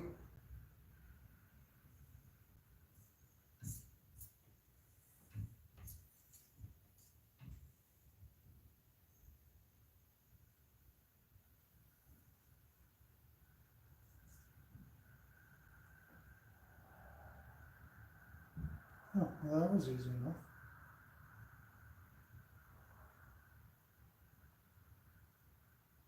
And that is the critical part of that. Probably could have made those a little narrower. Match that, but I didn't. It's okay.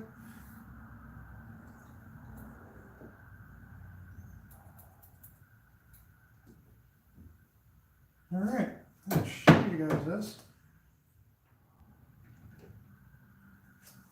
Open this back up full screen so I can see your guys' comments. I'm sure you guys probably were making fun of me while I was going on. Definitely could have used some music. I just saw some music notes there. I will agree. Definitely probably could have used some music on that. So let's catch up here. Sure looks like a nice lathe. Yep, got there. I do have a canvas already, Scott.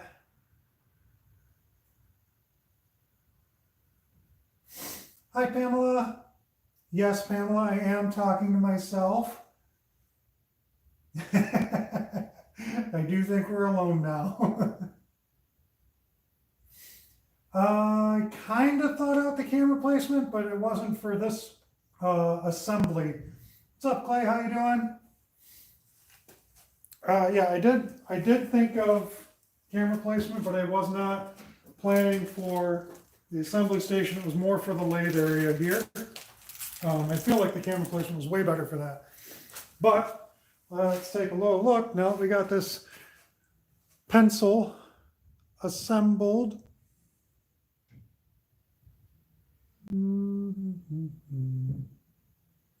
Focus. Put my hand behind it, it'll focus.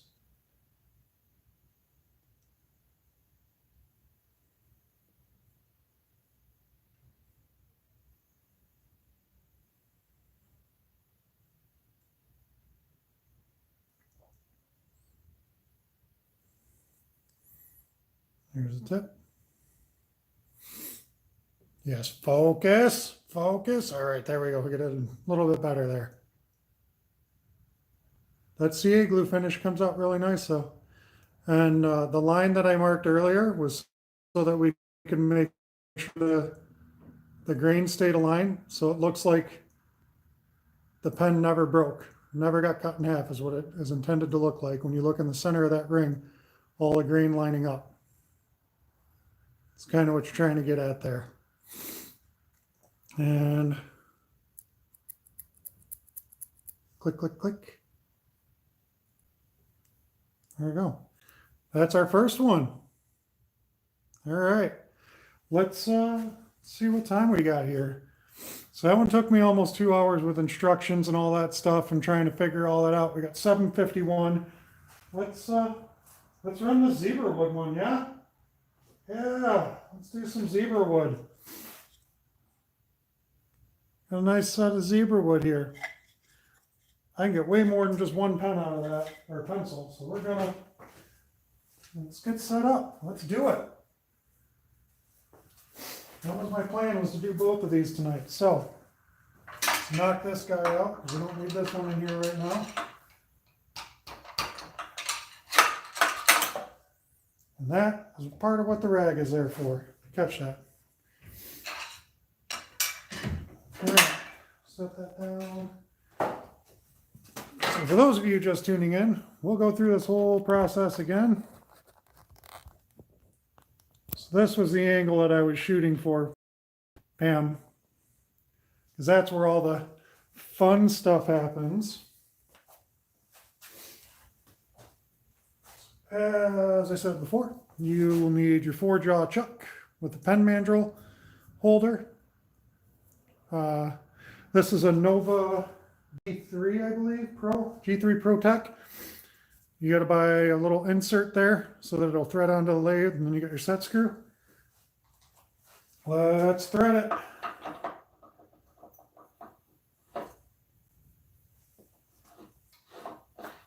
You don't have to crank it down. Hand tight is fine. And then a little twist. Set it in. It's set. And I'm going to take this out. This piece right here out. Dad, food's done. Okay, I'll be in later. Okay. Thank you. Oh, yeah, we gotta take this out too. Gotta bump out this.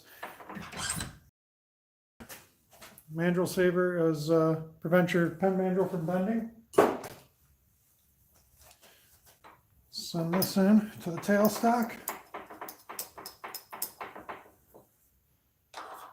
Just a tapered fit. That's it. That's good. It's in. Crank that back till you can feel it.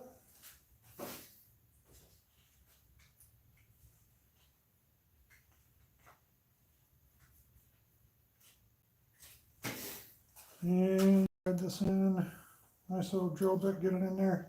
7mm drill bit, because I know I'm using the same exact stuff as I did on the other one.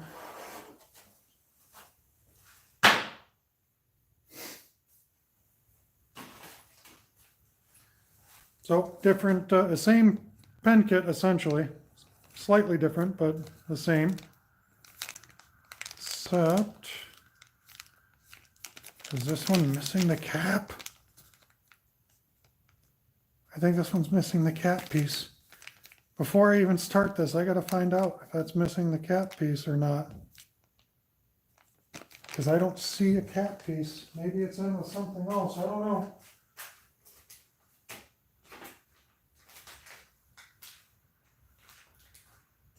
I'm pretty positive that's missing the cap piece, and that's a bummer.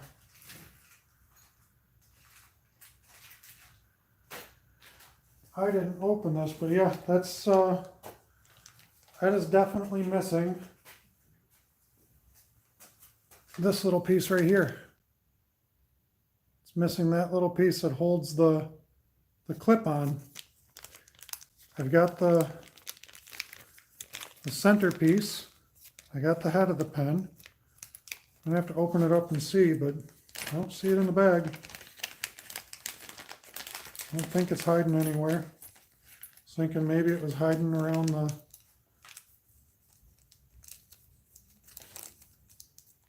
Well, and I highly doubt that the pen itself holds that on there.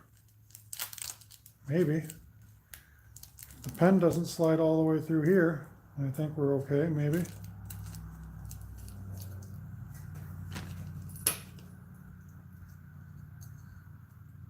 Oh, wait, what's that?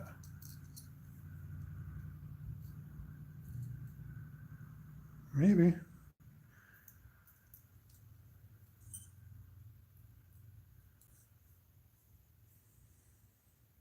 don't think that's for it.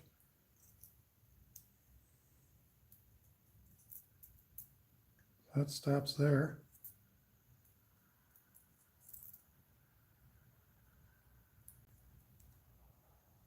Yeah, I think I'm missing that part. I think I'm missing the part that holds the top of it, so I don't think I can do this pencil.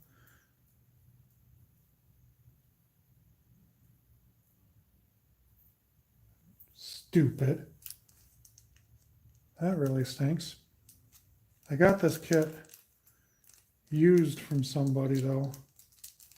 When I bought the pen mandrel over there, or the pen press, he sold me a bunch of the stuff that came with it. Or he gave it to me, really, didn't really sell it to me. But yeah, it's definitely missing that piece. I don't know if I have everything I need. Oh, I think I do. I think I do. Almost, yeah, I do. Cool. So we'll do a pen. Instead of a pencil, we're going to do a pen. And this is quite the elaborate little pen. Hopefully, everything is in here. Because that's going to suck if I put all this together. Let me check and make sure I got the directions on that. Step over to my tablet here. Check all that out. And I'll read some of your guys' comments while I'm here.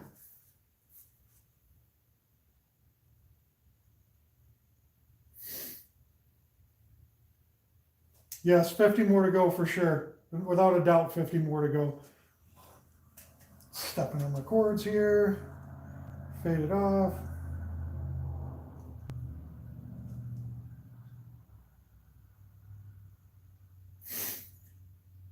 I don't remember at what point in time I turned the pen blanks, Pam, but yeah, the lathe is sweet. You get it at Woodcraft, it's about 1,039. If you make it in before the 28th of this month at, sorry, not Woodcraft, Rockler, 1,039. And if you make it in before the 28th of this month, it's 10% off, so you save a couple bucks. But it's a really highly rated lathe.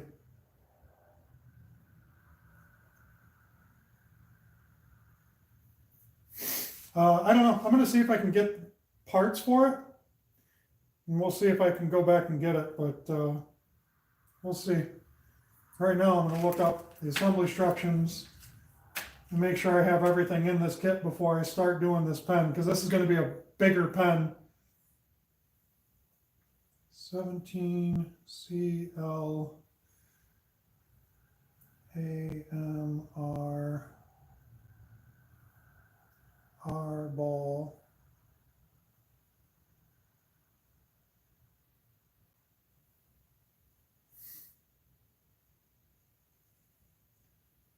SCR cap kit.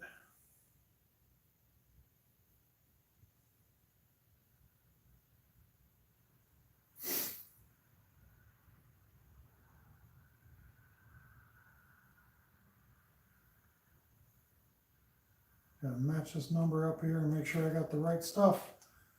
If I do, I'll make this little guy here. I got it all. Just have to switch out the drill bit.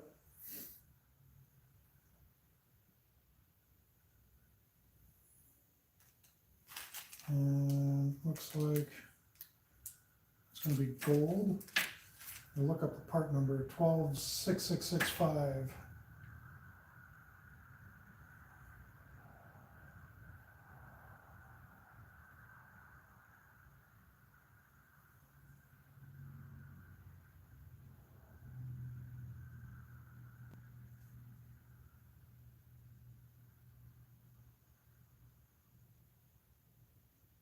Jeez, oh Pete's.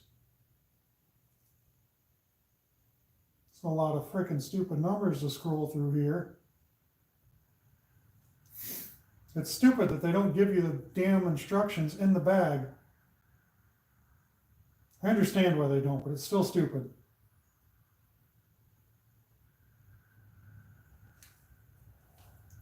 Because I need to make sure I have everything that's needed for this before I attempt it.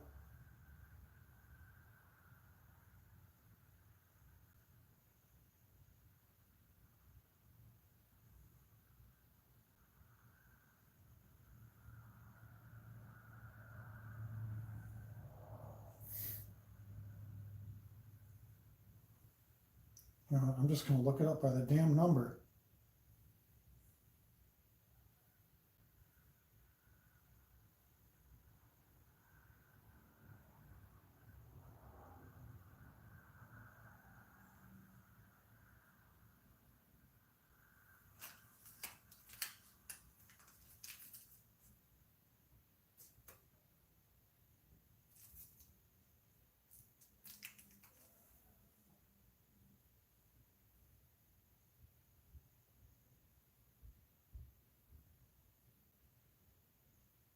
Let's see if that pulls up anything for me.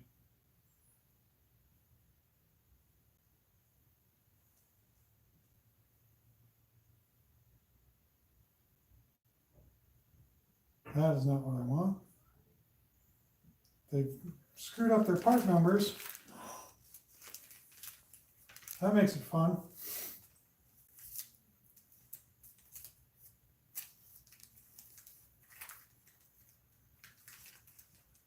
I'm looking at all these different numbers on the damn thing.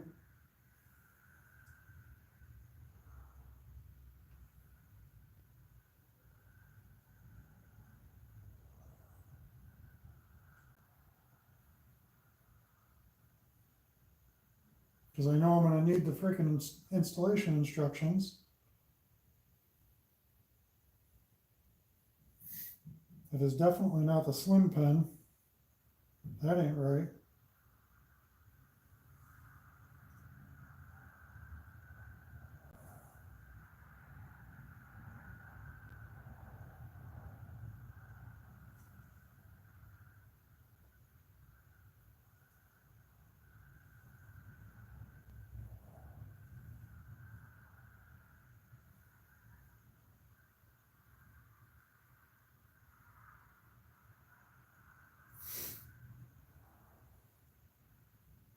Having to type all this is stupid.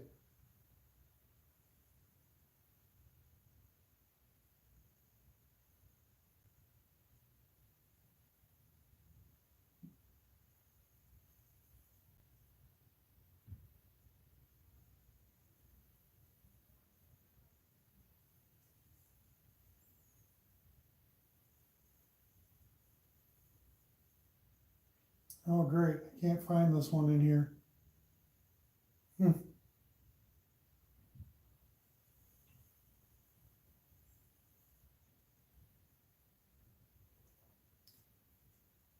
Well, that sucks. Can't find that kit in there. So I'm gonna have to take it all out and see if I can figure it out. Bring you guys on a little ride with me here. Put my camera back over here. Leave that there. And I'll take it out. And before I start anything, I need to make sure that we're good.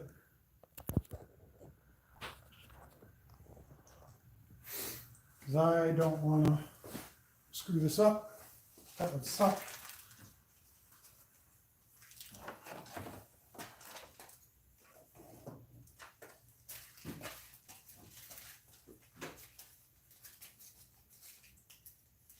Got this damn radio on my way down here by my feet. I don't want to lose that spring.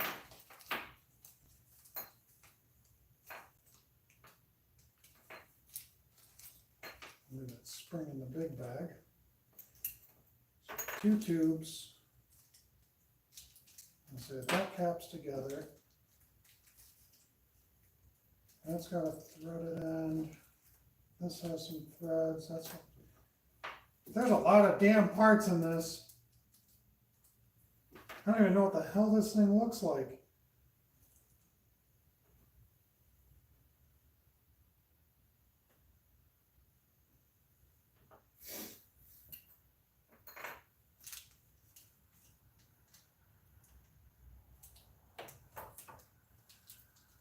I'm gonna have to try to figure out how to put this together with no freaking instructions. Because I want to turn this one. I don't have any more here that I can use to turn. This is bullshit.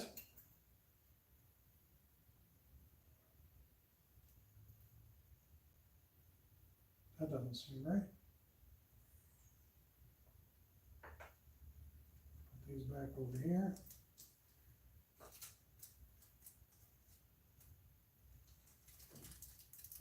This is like an intricate pen. This is like, I don't know.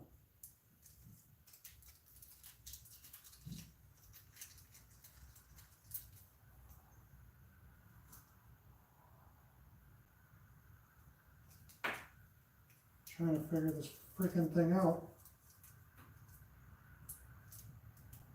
I'm definitely gonna have to do more research on this before I freaking turn it, I think, because this is a lot of components to go together. It's gonna take me freaking forever to assemble this one because I don't know what the hell I'm doing. Hey, crap. That's crap. Okay, looks like that threads into that. That's nice to know. And then what? Then this threads over that. Okay, yeah, all right. That seems fair. Seems right. Maybe. I don't know what the hell this little fucking thing is. Or this freaking thing.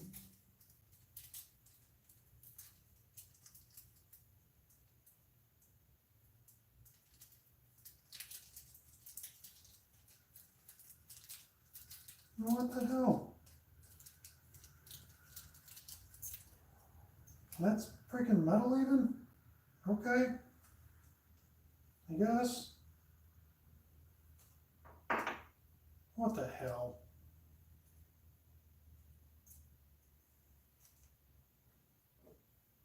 Gotta guess.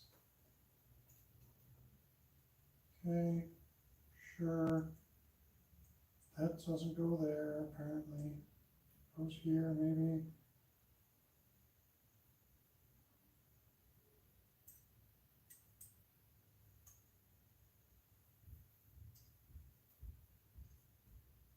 That's too loose.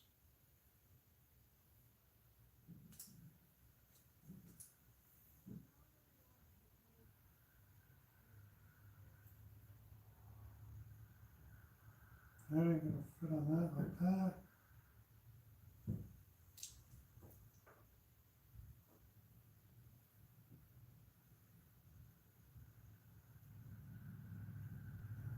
What the hell is it? Oh, that screws into this maybe.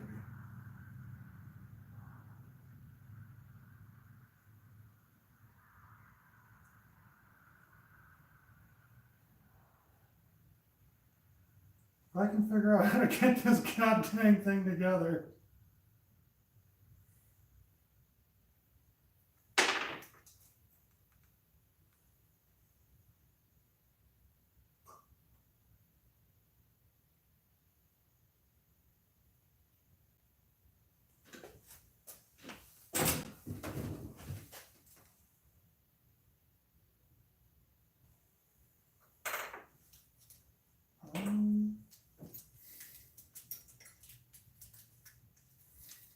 This is going to be a damn nice pen, I think, when it's said and done.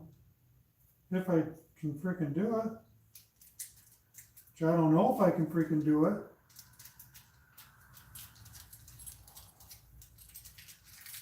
There's a couple of parts here that are just confusing the hell out of me.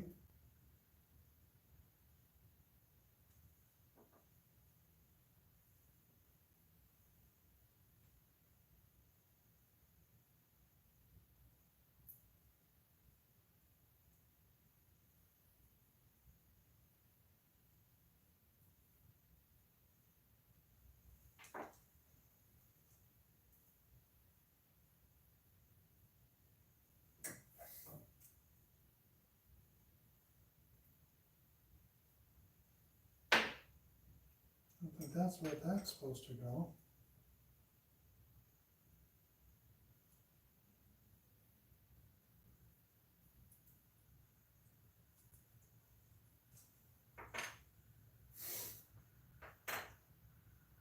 Ah, jeez. Ah, jeez, I don't know.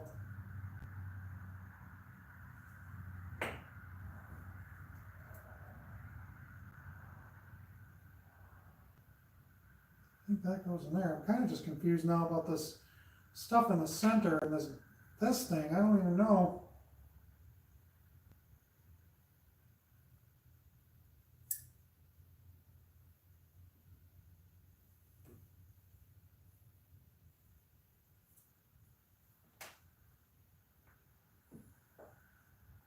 That's got like a threaded cap on it.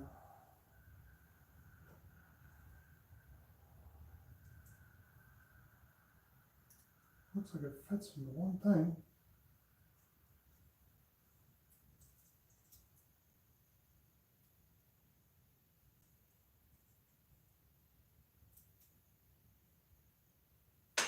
It doesn't make no damn sense.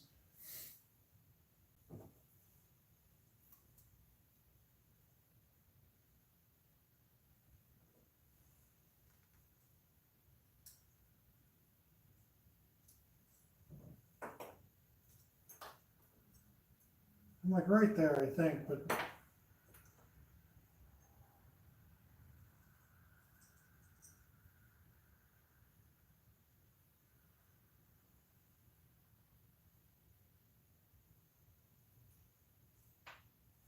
I wonder.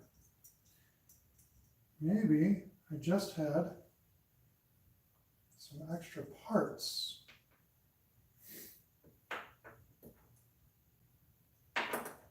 because this part seems to be the exact same as the other part.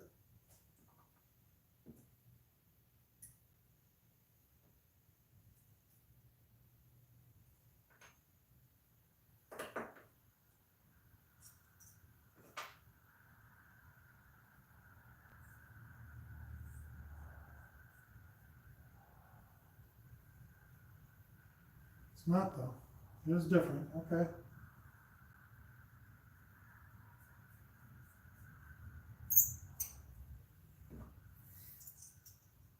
I like figuring stuff out, but this is pissing me off. I do like to figure stuff out, but this is not figuring it out well.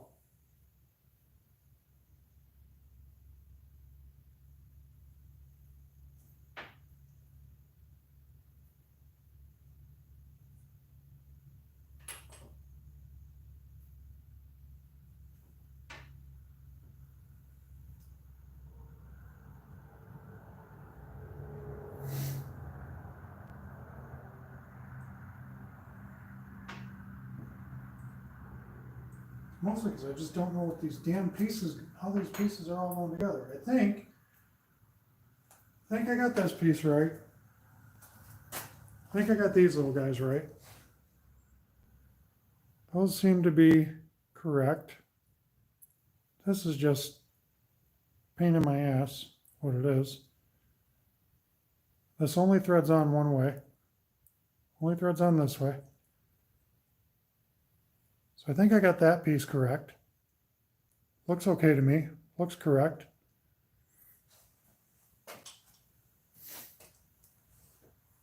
I think I got these guys correct. I think that's how it's supposed to go. This is tube in here, but that's threaded on that side too.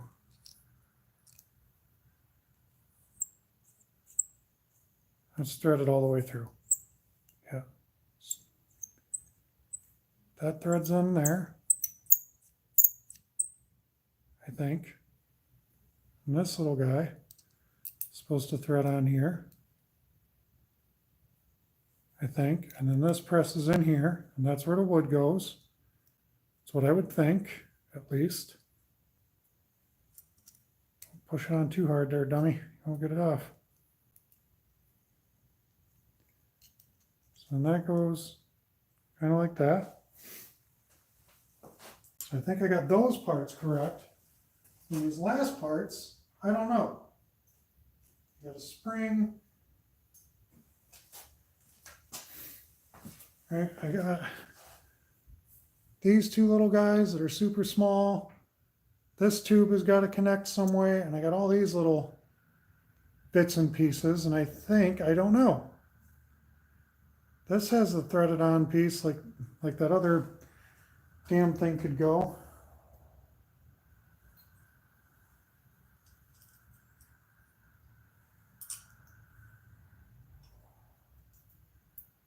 Yeah, that'll thread on there too.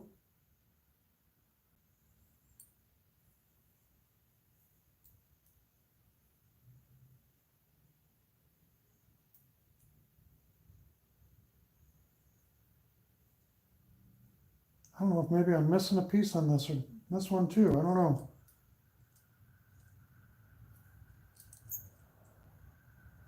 I might be missing a piece on this one too, because there's got to be something that connects them. It's got to be something that connects those tubes. And it is clearly not this piece, because this piece will press fit in here, which is good, but it won't in here. That's not a press fit. So I don't know. I don't freaking know. This is not good. So I'm going to put it all back in there, because I can't figure out how this is supposed to stay together. Take one more crack at it.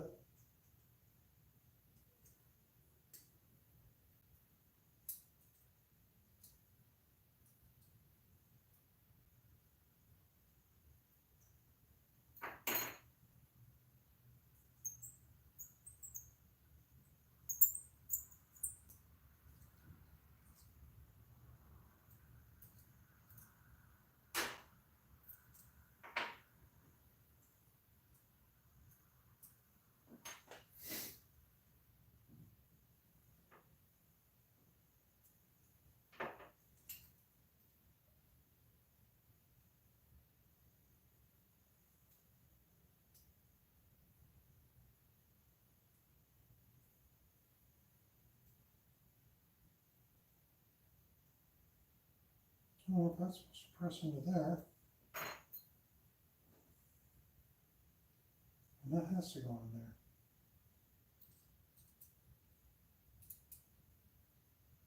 Doesn't make sense for that to do anything else.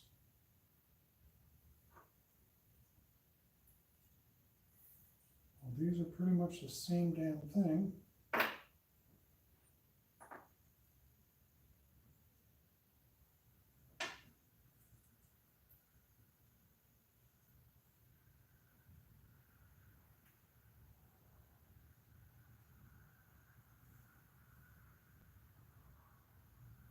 That's too loose to go around that. That's too loose to be around that.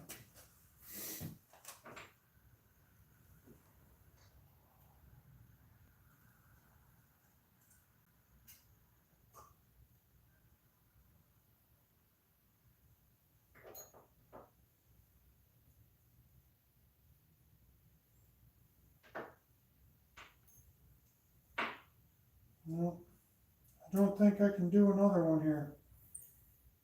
These tubes are the right size, but I don't think I can get all this stuff to go together the right way. I think I'm missing stuff. You gotta feel pretty confident that I'm missing stuff. That's a freaking bummer.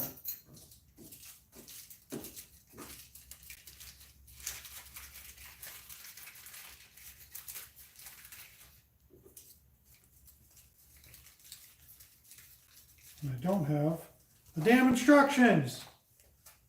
This is spit.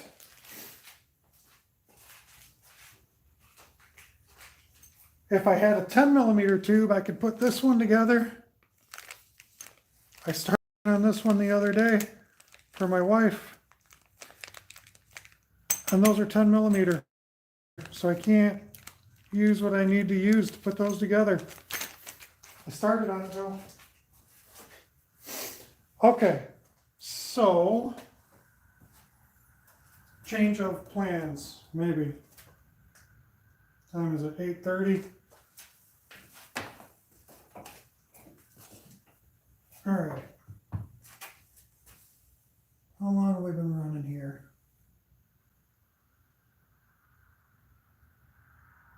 I gotta look at my phone, see how long we've been running. 2.5 hours-ish. Okay.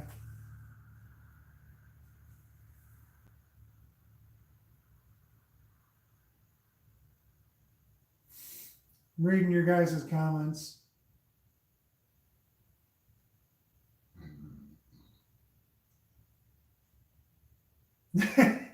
GoFundMe page for the lathe, yes.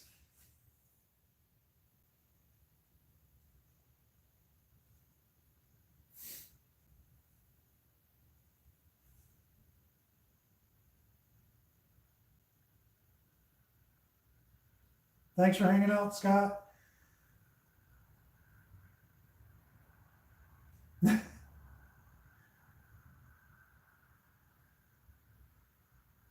Yeah, we probably would be bumping heads looking at parts. So, since I can't do another pen, because these pen kits are apparently missing all kinds of stuff, son of a guns, let me take some stuff off and put some stuff back on.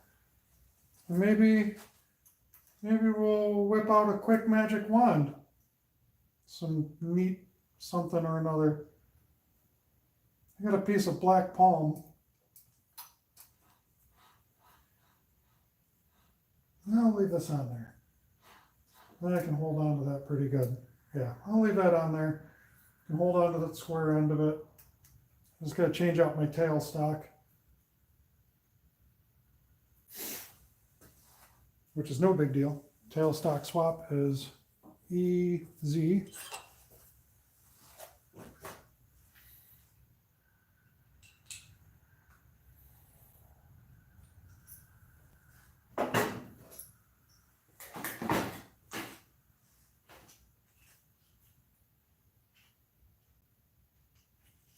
What a bummer. All right, I will be right back. I'm gonna go grab a piece of wood.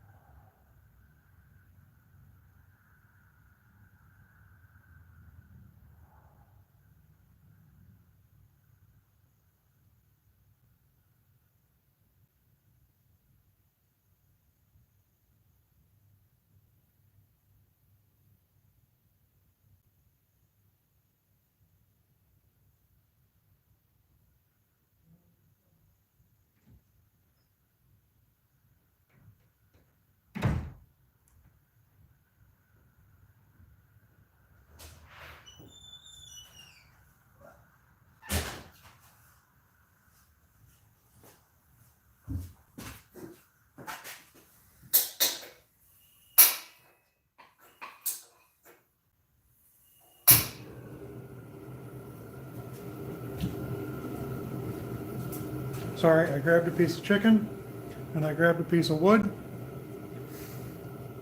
And I appreciate you hanging out, Pam. So we're gonna make a stupid little magic wand. Yep.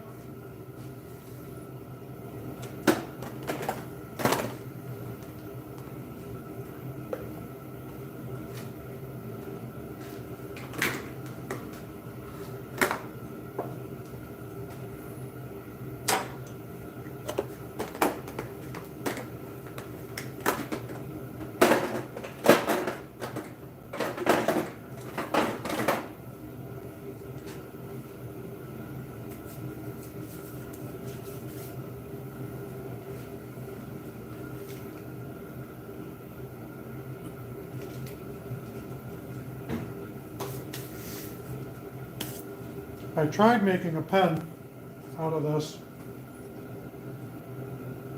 and it was not plain nice. This is very splintery wood, but also very pretty wood. So it was really a bummer that it was not going to play nice.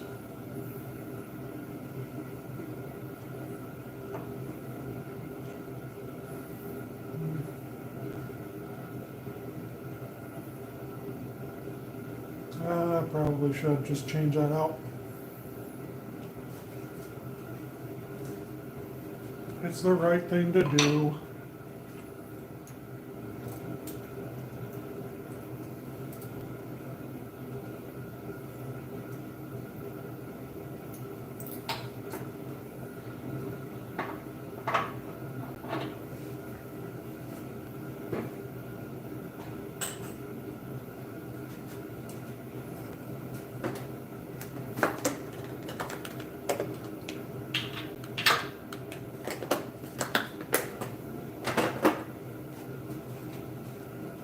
I gotta try to find the center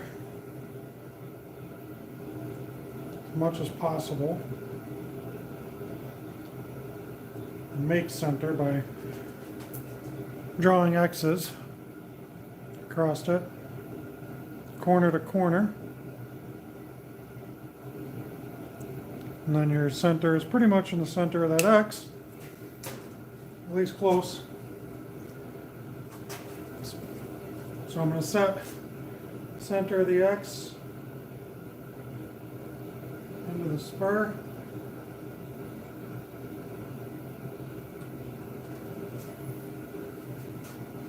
And the same thing on this.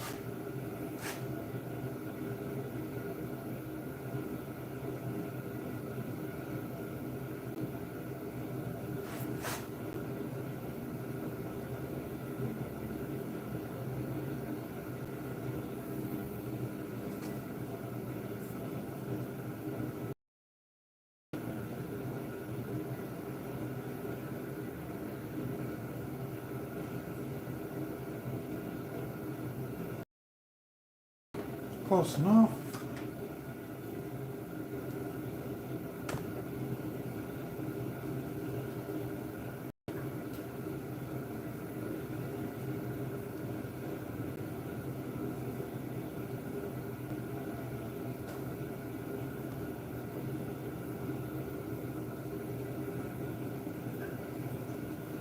I'm cranking this in here, sorry. You're not even seeing it. What I'm doing, Jesus. So I'm cranking this in to make it tight and fit. I'm going to take this off and loosen it up. So now I've got a good bite on it. But center the hole onto this part of the headstock.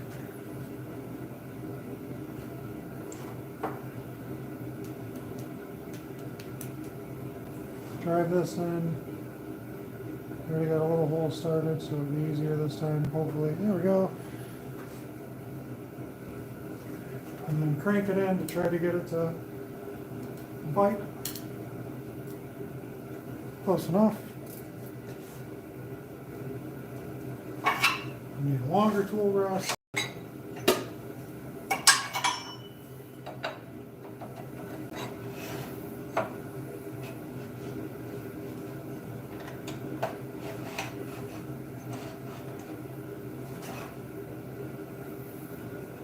start down here, I guess. Slide it in.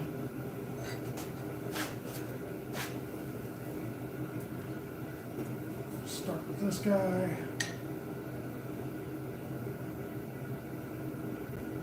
Sure, right about there, I suppose.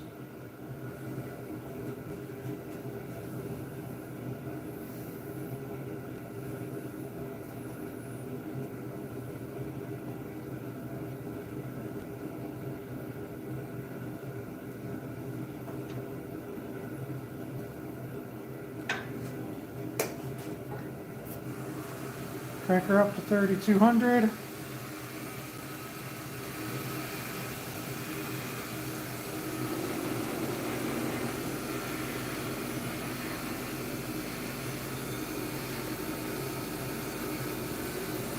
me grab my helmet.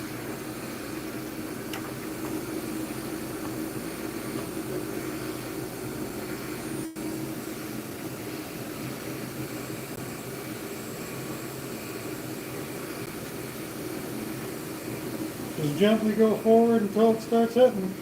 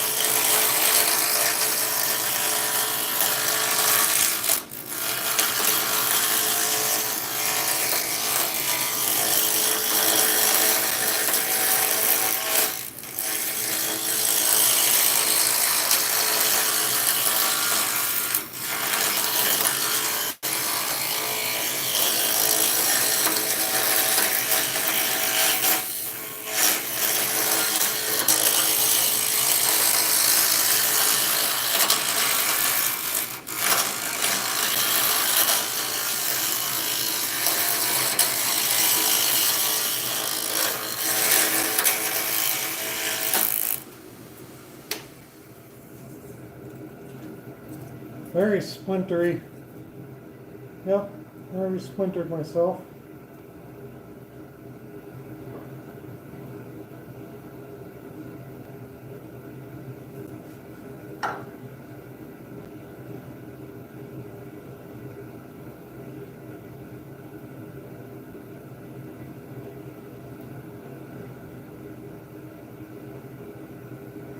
This is why I couldn't make a pen out of it.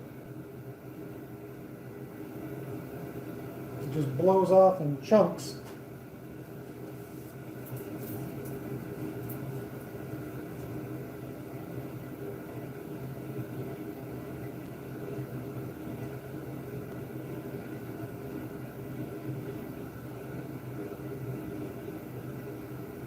Got the splinter out though.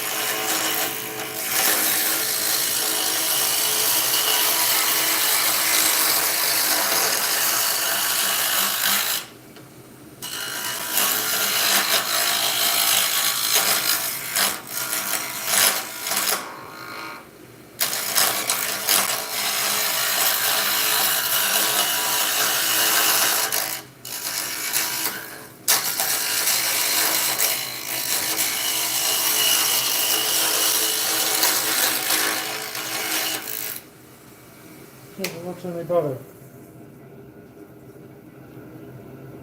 Yeah, not so much. I don't think I like black palm. Looks cool. I don't think I like it. Not for these purposes. We're gonna find a different piece of wood because this is just way too gougy and splintery. That should not be happening like that. It should be smooth all the way around. And it's kind of sad because it's pretty wood. We'll find a different piece.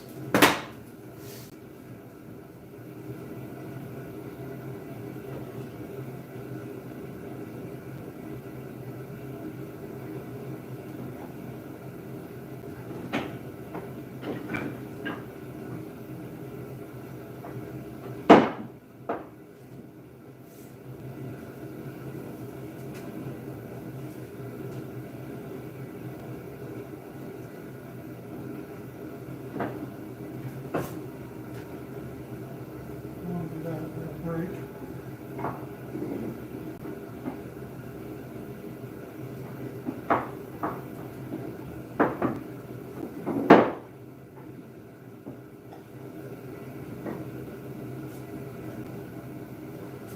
Ha! This should turn cool. Yeah, this piece of black walnut with some different colors to it. That'll probably turn out pretty cool, I think. I hope, maybe. Let's do our center line drawing.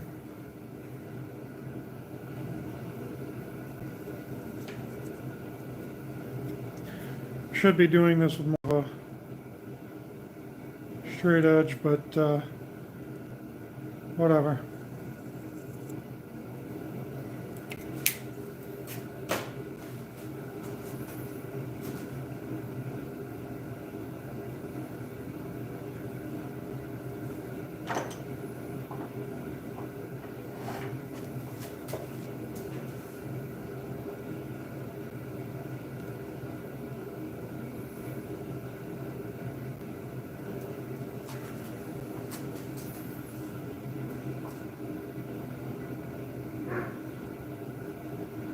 This should turn a lot nicer, be a lot smoother than that black palm was.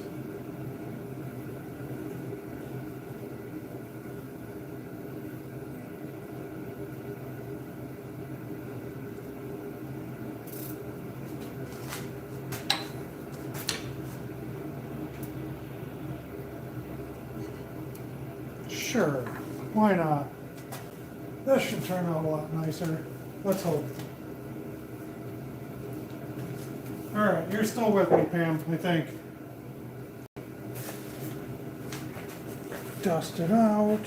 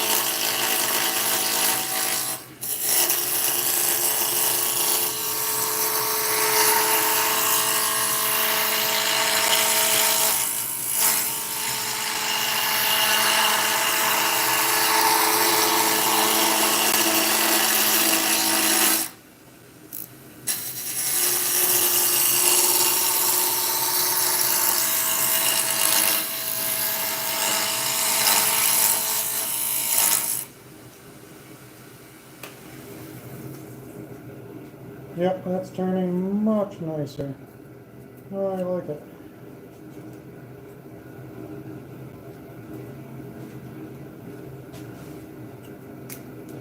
So what I'm doing here is I'm just kind of marking my hand, right? 'Cause you gotta kind of get where you wanna. Just a quick little mark right there will leave me a big black line. So I know I can round out into here and then I can work my way that way. So you can see the line there.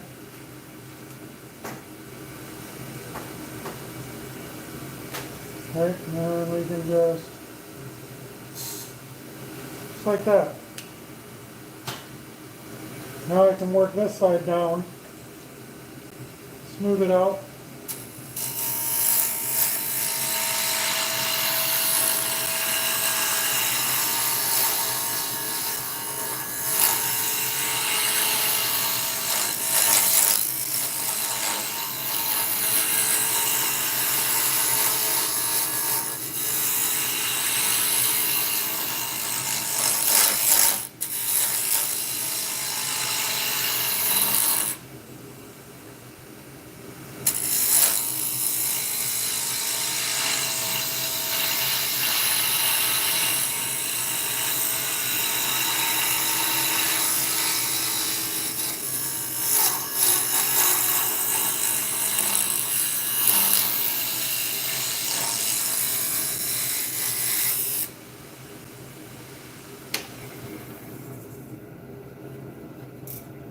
very smooth. Get a little bit more into it.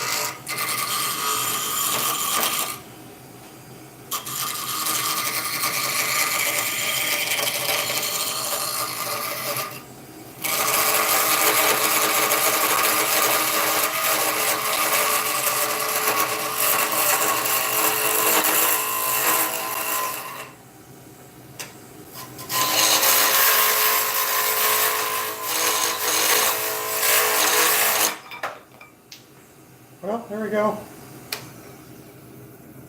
I guess this one said it's done.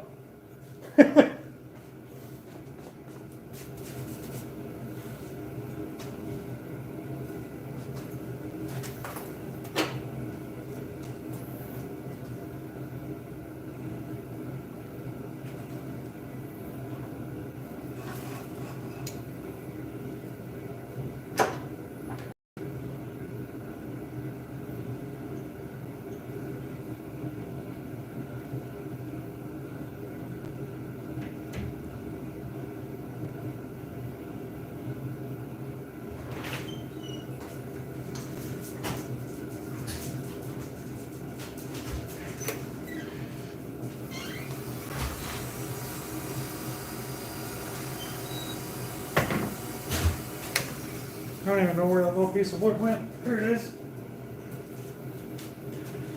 I'll smooth the rest of this out with sandpaper. Do some other tool touching.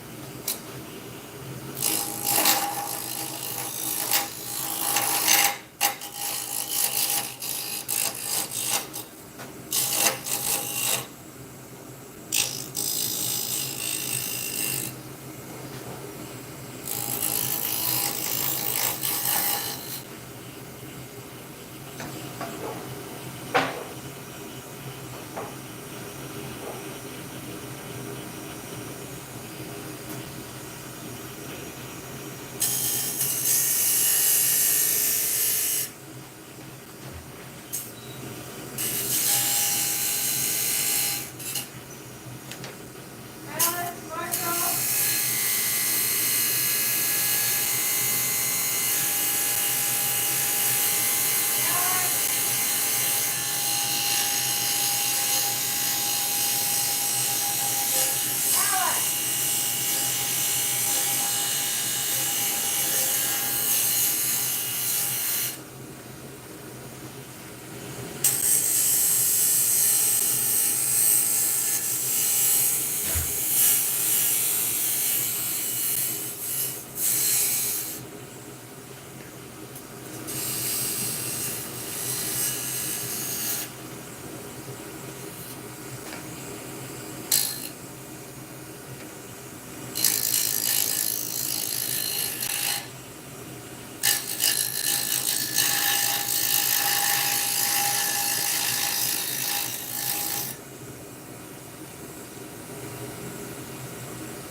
All right, let's get some sandpaper.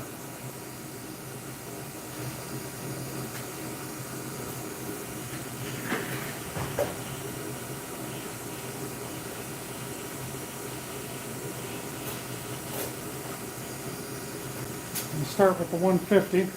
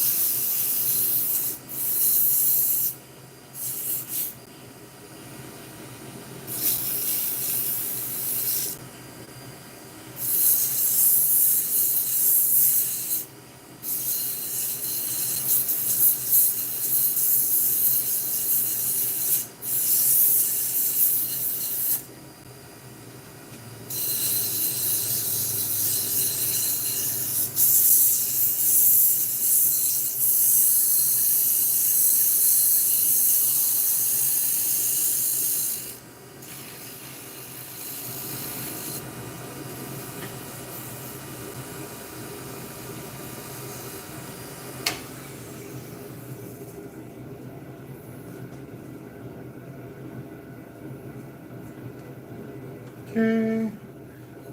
Let's bump up a little bit in the grit.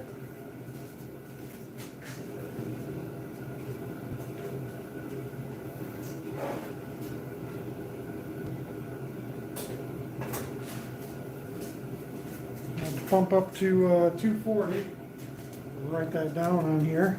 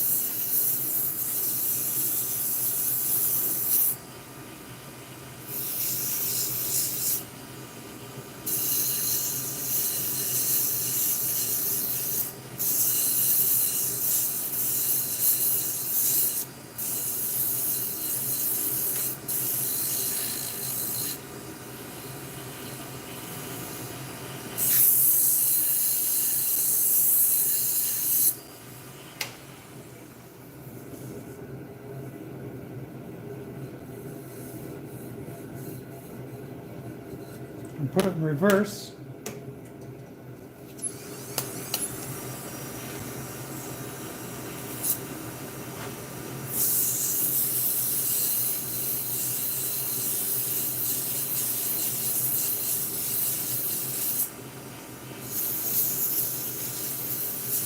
And the reason I put it in reverse is so I could knock down any little fuzzies that were coming up.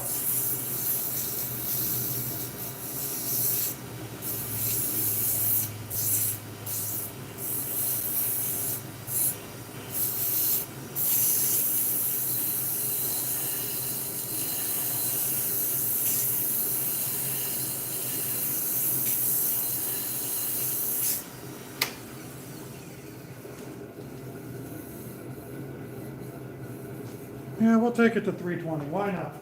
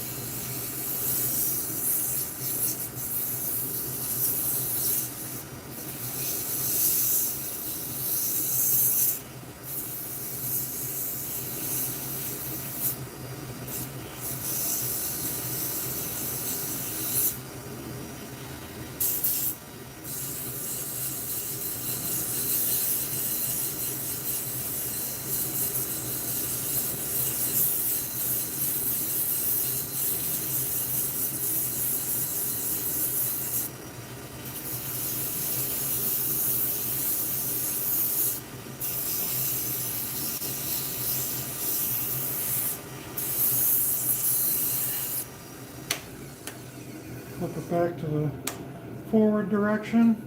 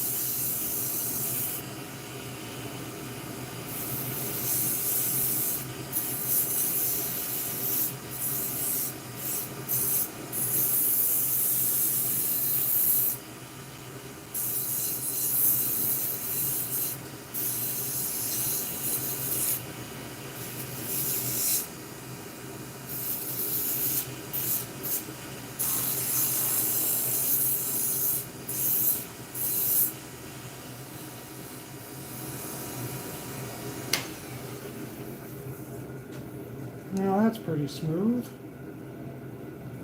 Now I'm gonna go grab a little tool trick. I don't know who's even watching right now, but I've got some burning wires. So we're gonna burn real fast, real simple, real easy burning into that. Catch some comments here real quick, see what we got.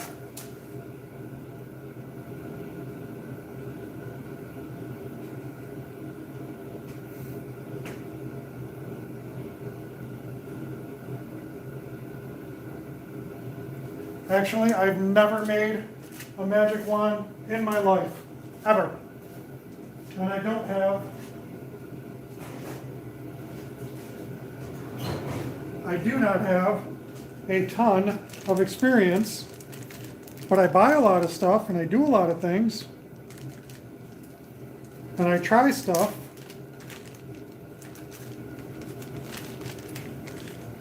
These little burning wires.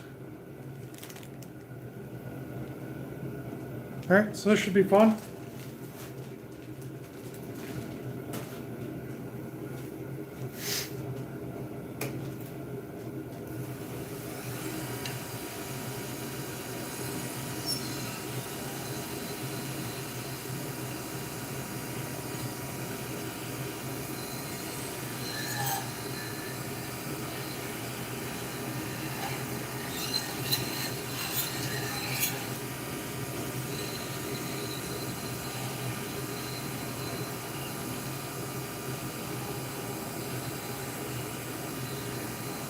Widen that up a little bit.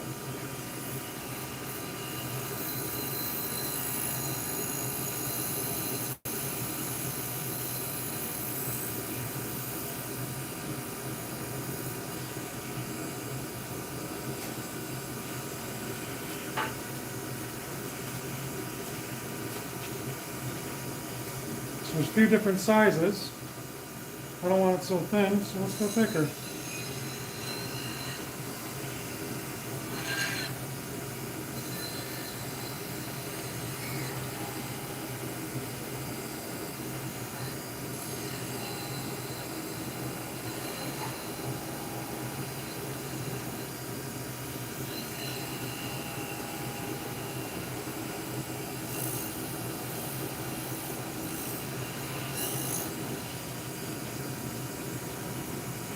And let's try the other one too.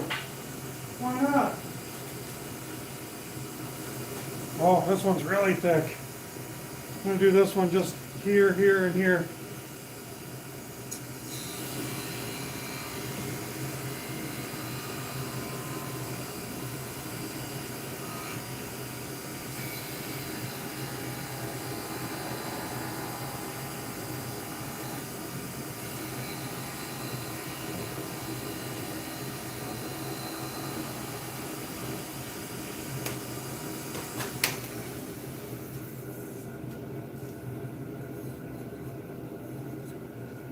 Kind of cool.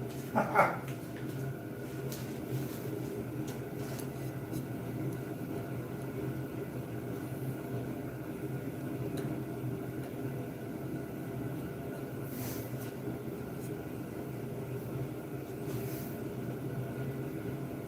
right, yeah, not bad.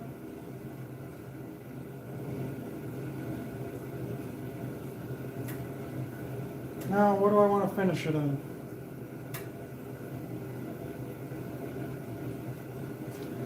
Guess I could kind of wipe on some polyurethane.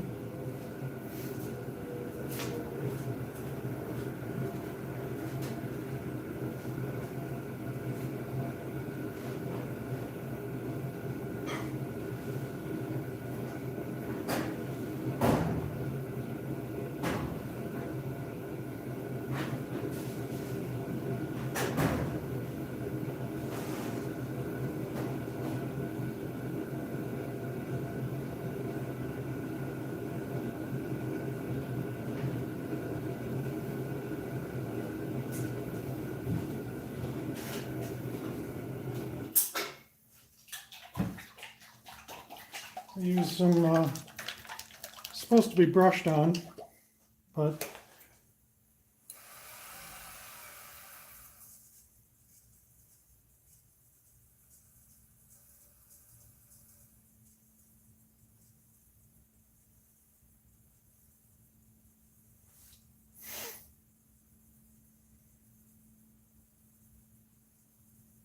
Yeah, it's supposed to be brushed on, but scrub it.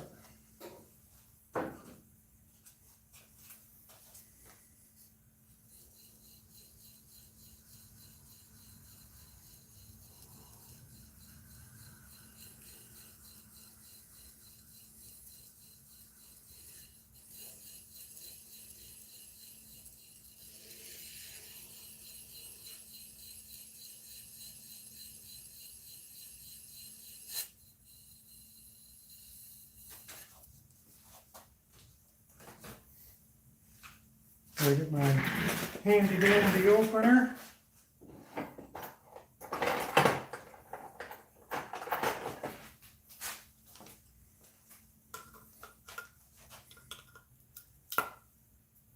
This isn't one of the cool Jordy Johnson paint can openers, but it still works.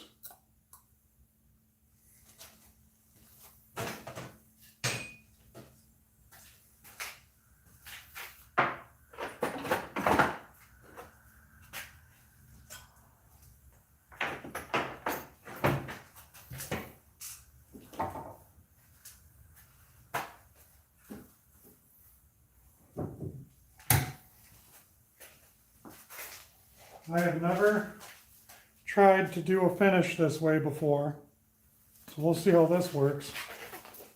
Might come out like crap.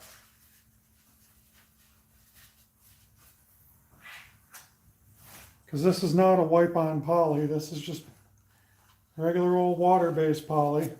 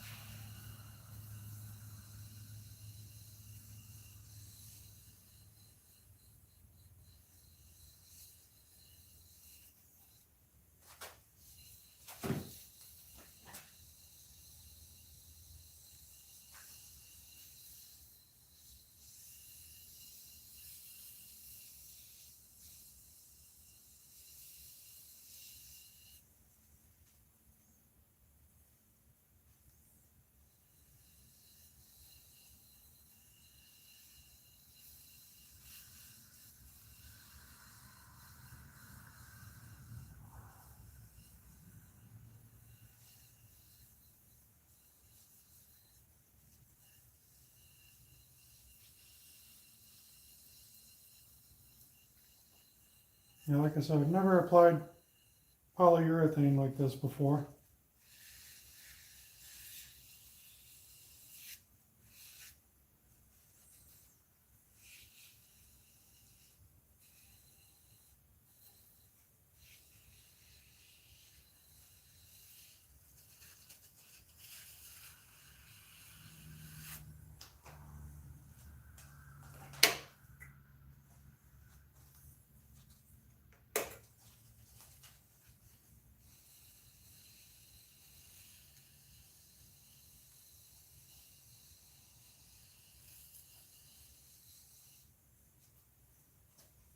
Yeah, I might throw another coat at it like that.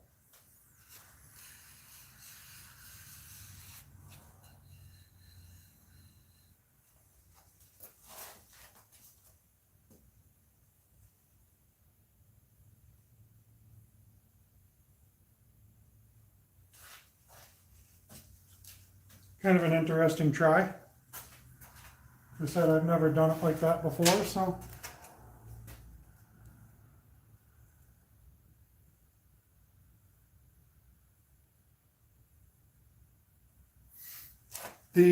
The burning wire trick, Pam, is that what you're talking about, one you haven't seen before? It's a specific tool for lathes.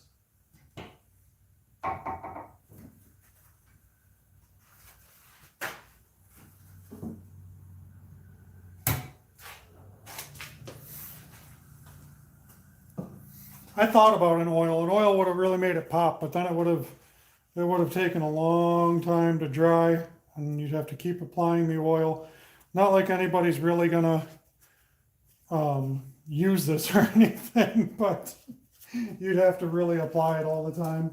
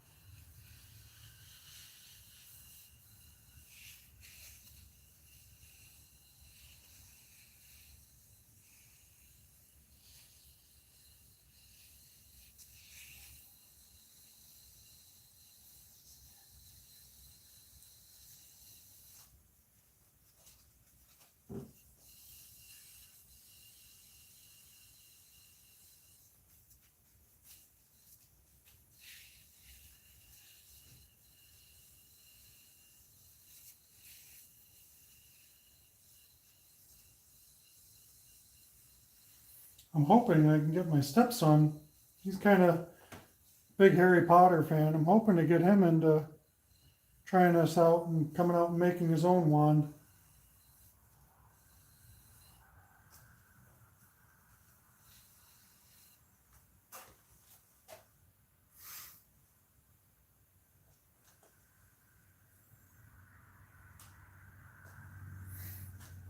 Check your comments here, Pam.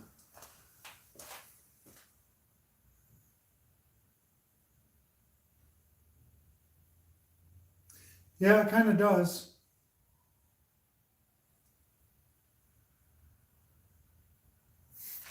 Looks like it does look like a Garrett or lightning striking as it's turning. It is kind of cool.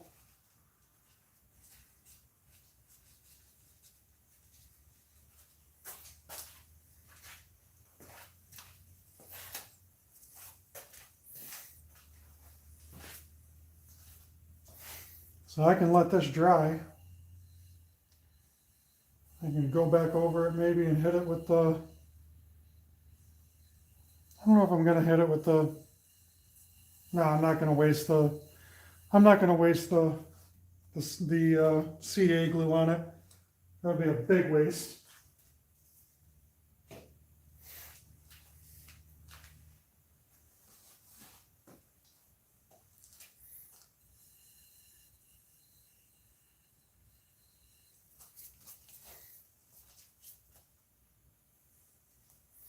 I'm going to use this rag though, and I can buff that down a little bit because it's kind of rough.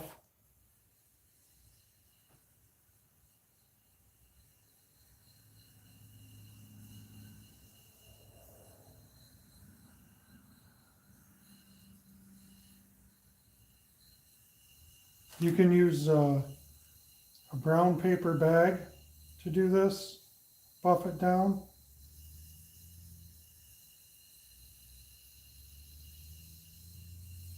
Help smooth it out.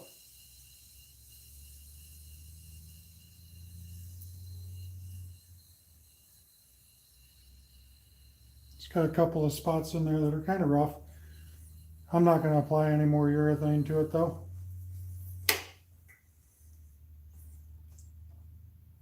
I'm leaving it just like that. Calling that done.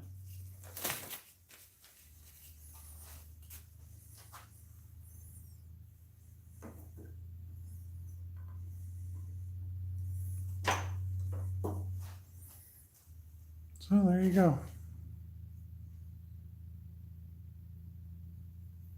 Focus.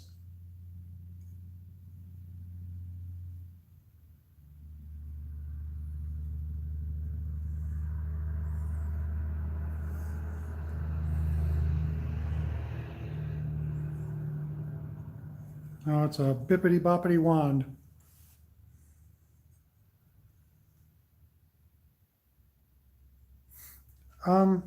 Yeah, I mean, maybe. I don't really have a use for it, so. Look at that. It stands all by itself. That's pretty neat. Yeah, I don't really have a use for it, so I don't really care. Like I said, I just made it to make it and something to do. And you were so kind as to tune in and I didn't want to leave you empty-handed without seeing any turning because you've been waiting so patiently to see some turning. And I was hoping to do another pen or pencil, but it looks like this is what I got. That's it.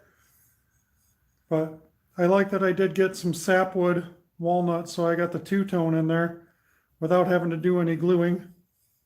It's kind of neat. But yeah, that's it.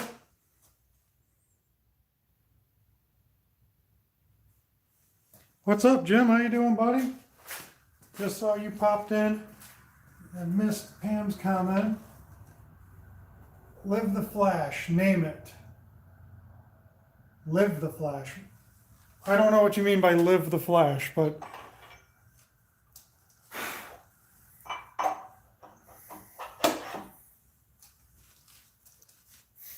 I'm going to have some cleanup work to do back here. Cheese and rice. Love the flash. Gotcha. Yep. It's not too bad. And it's hardwood. So it'll be durable. You drop it, it's not going to hurt it. I'm not going to go whacking it on metal though. That would be dumb. I almost did. But then I said that would have been not a good idea. So I don't know how much you know about lathes, Pam, but this is your headstock, that's your tailstock.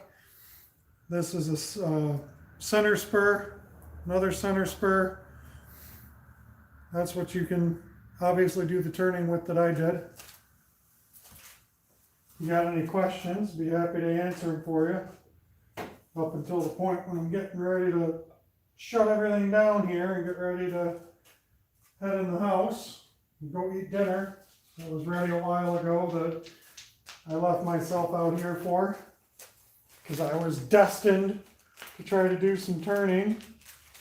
I do have more pen kits coming tomorrow, and I think I'm going to take these pen kits tomorrow to Woodcraft where they were bought and see if I can just get some replacement parts for them. I don't think I'll be able to, but maybe. But I got some more stuff coming to do some more turning, because I am anxiously awaiting to turn some zebra wood into a pen. So I think that'll be really cool. In the meantime, I'm going to put some of this stuff away. So be off camera, but still chat with you guys, and I'll check the comments in a second. Or 2 or 5 or 3.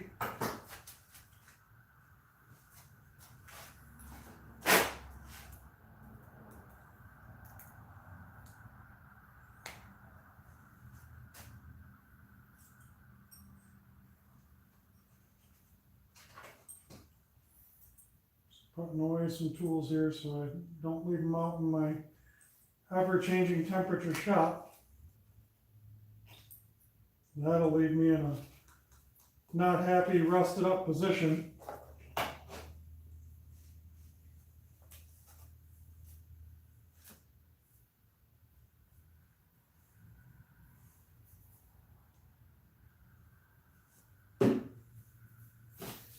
Clean some stuff up, throw some stuff. You gotta tap this down.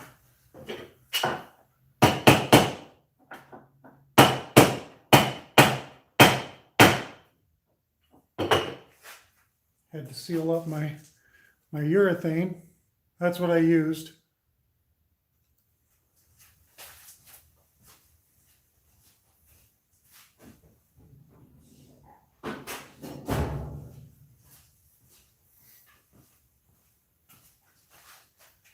Like I said, I'm just going to continue to throw some tools in the toolbox and stuff, do a little light cleanup so that I can still be able to go in and enjoy dinner here before I got to go to bed, which is not too far away. Bedtime of this is not too far away.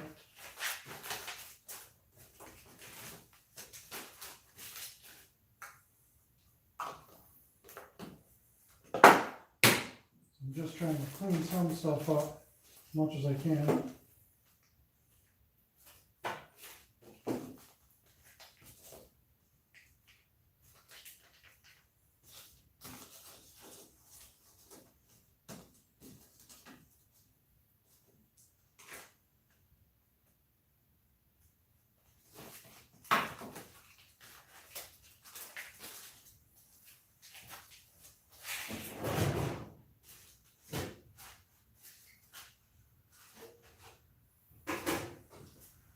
Guess I can put the pen press away. I'm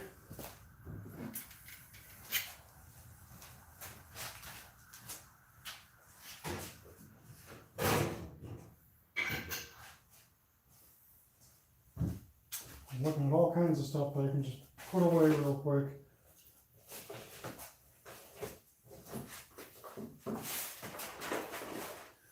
So there is nothing at all inexpensive about this stupid hobby. This was the lathe chuck that I bought. I want to say this was close to $200. Yeah, that's just this piece that goes on there, and then there's just this piece that goes onto here, onto that piece, and then there's still additional cost to everything else as well.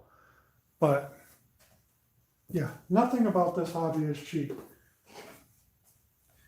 This reamer set for reaming out the tubes and squaring everything up.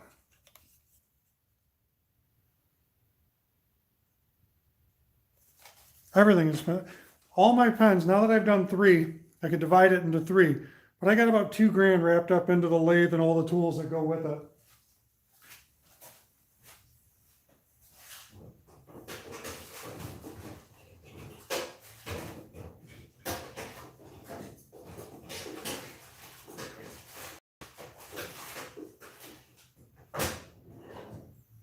I'm seriously, I'm gonna have to make like 50 billion freaking pens in order to make any money on this.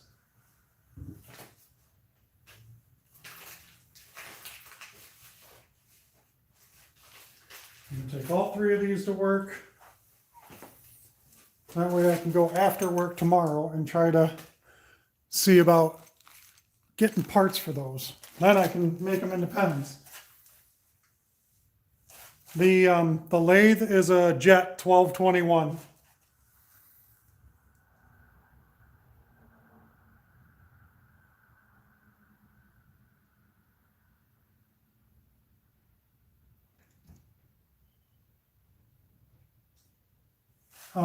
The problem with the kits, this one I don't have the right drill bit size for, and I thought I did, so my tubes wouldn't fit.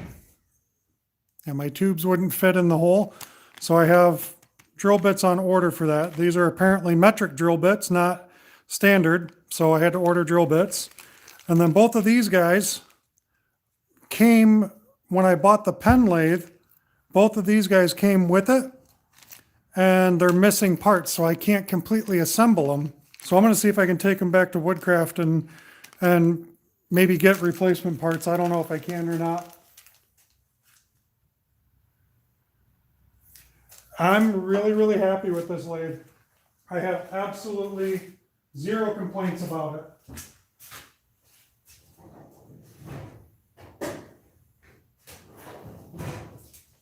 Okay, honestly, I have absolutely no complaints about that lathe. It's strong, it does what it needs to do. I can't complain in any type of way about it. It's doing exactly what I needed and wanted it to do. So kudos to Jet. They're a well-known, well-respected tool carrier and maker. So yeah, like I said, I can't say anything bad about them. There's nothing bad to say.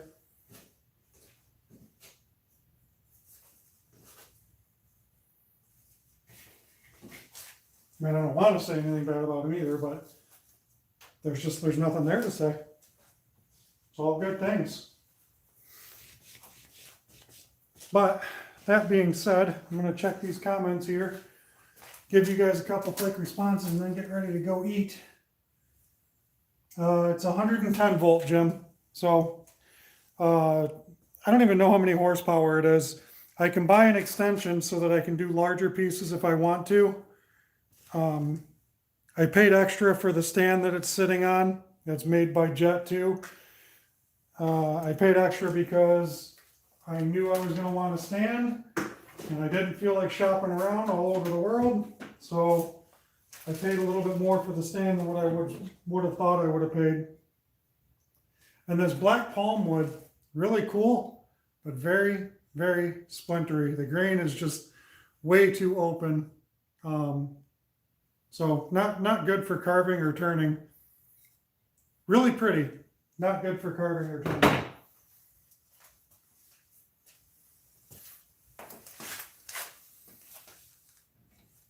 Yeah, no power worries at all. None whatsoever.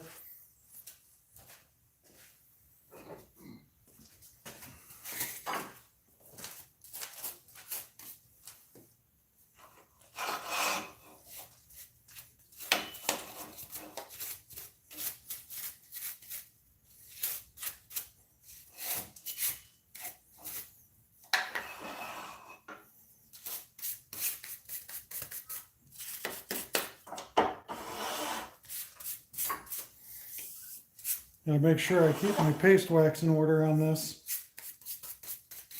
so I don't get any rust.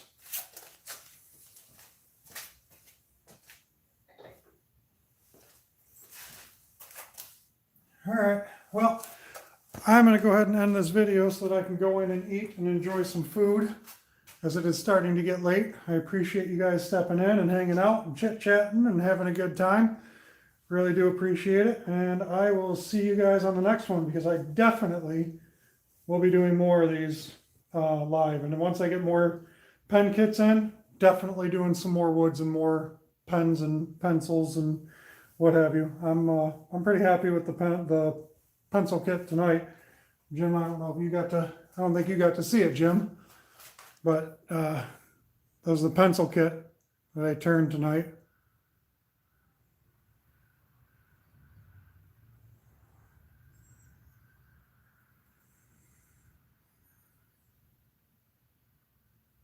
That was the pencil kit tonight.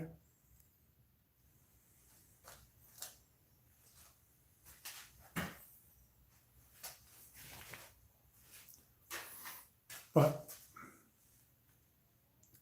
I thought the palm wood was already stabilized.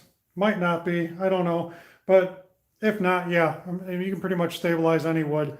But I still think that the grain is so open that it's going to splinter as you get deeper in. I think you'd have to have it sitting in stabilizing solution for a freaking week before it soaked it all up. But yeah, I don't know, maybe something to think about.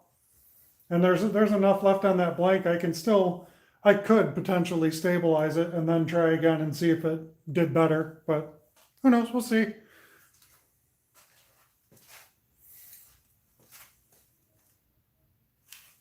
But okay, guys, I really do appreciate you guys coming and hanging out and having a good time. And I will catch you guys on the next one. In honor of Jordy Johnson, abracadabra. Abracadabra.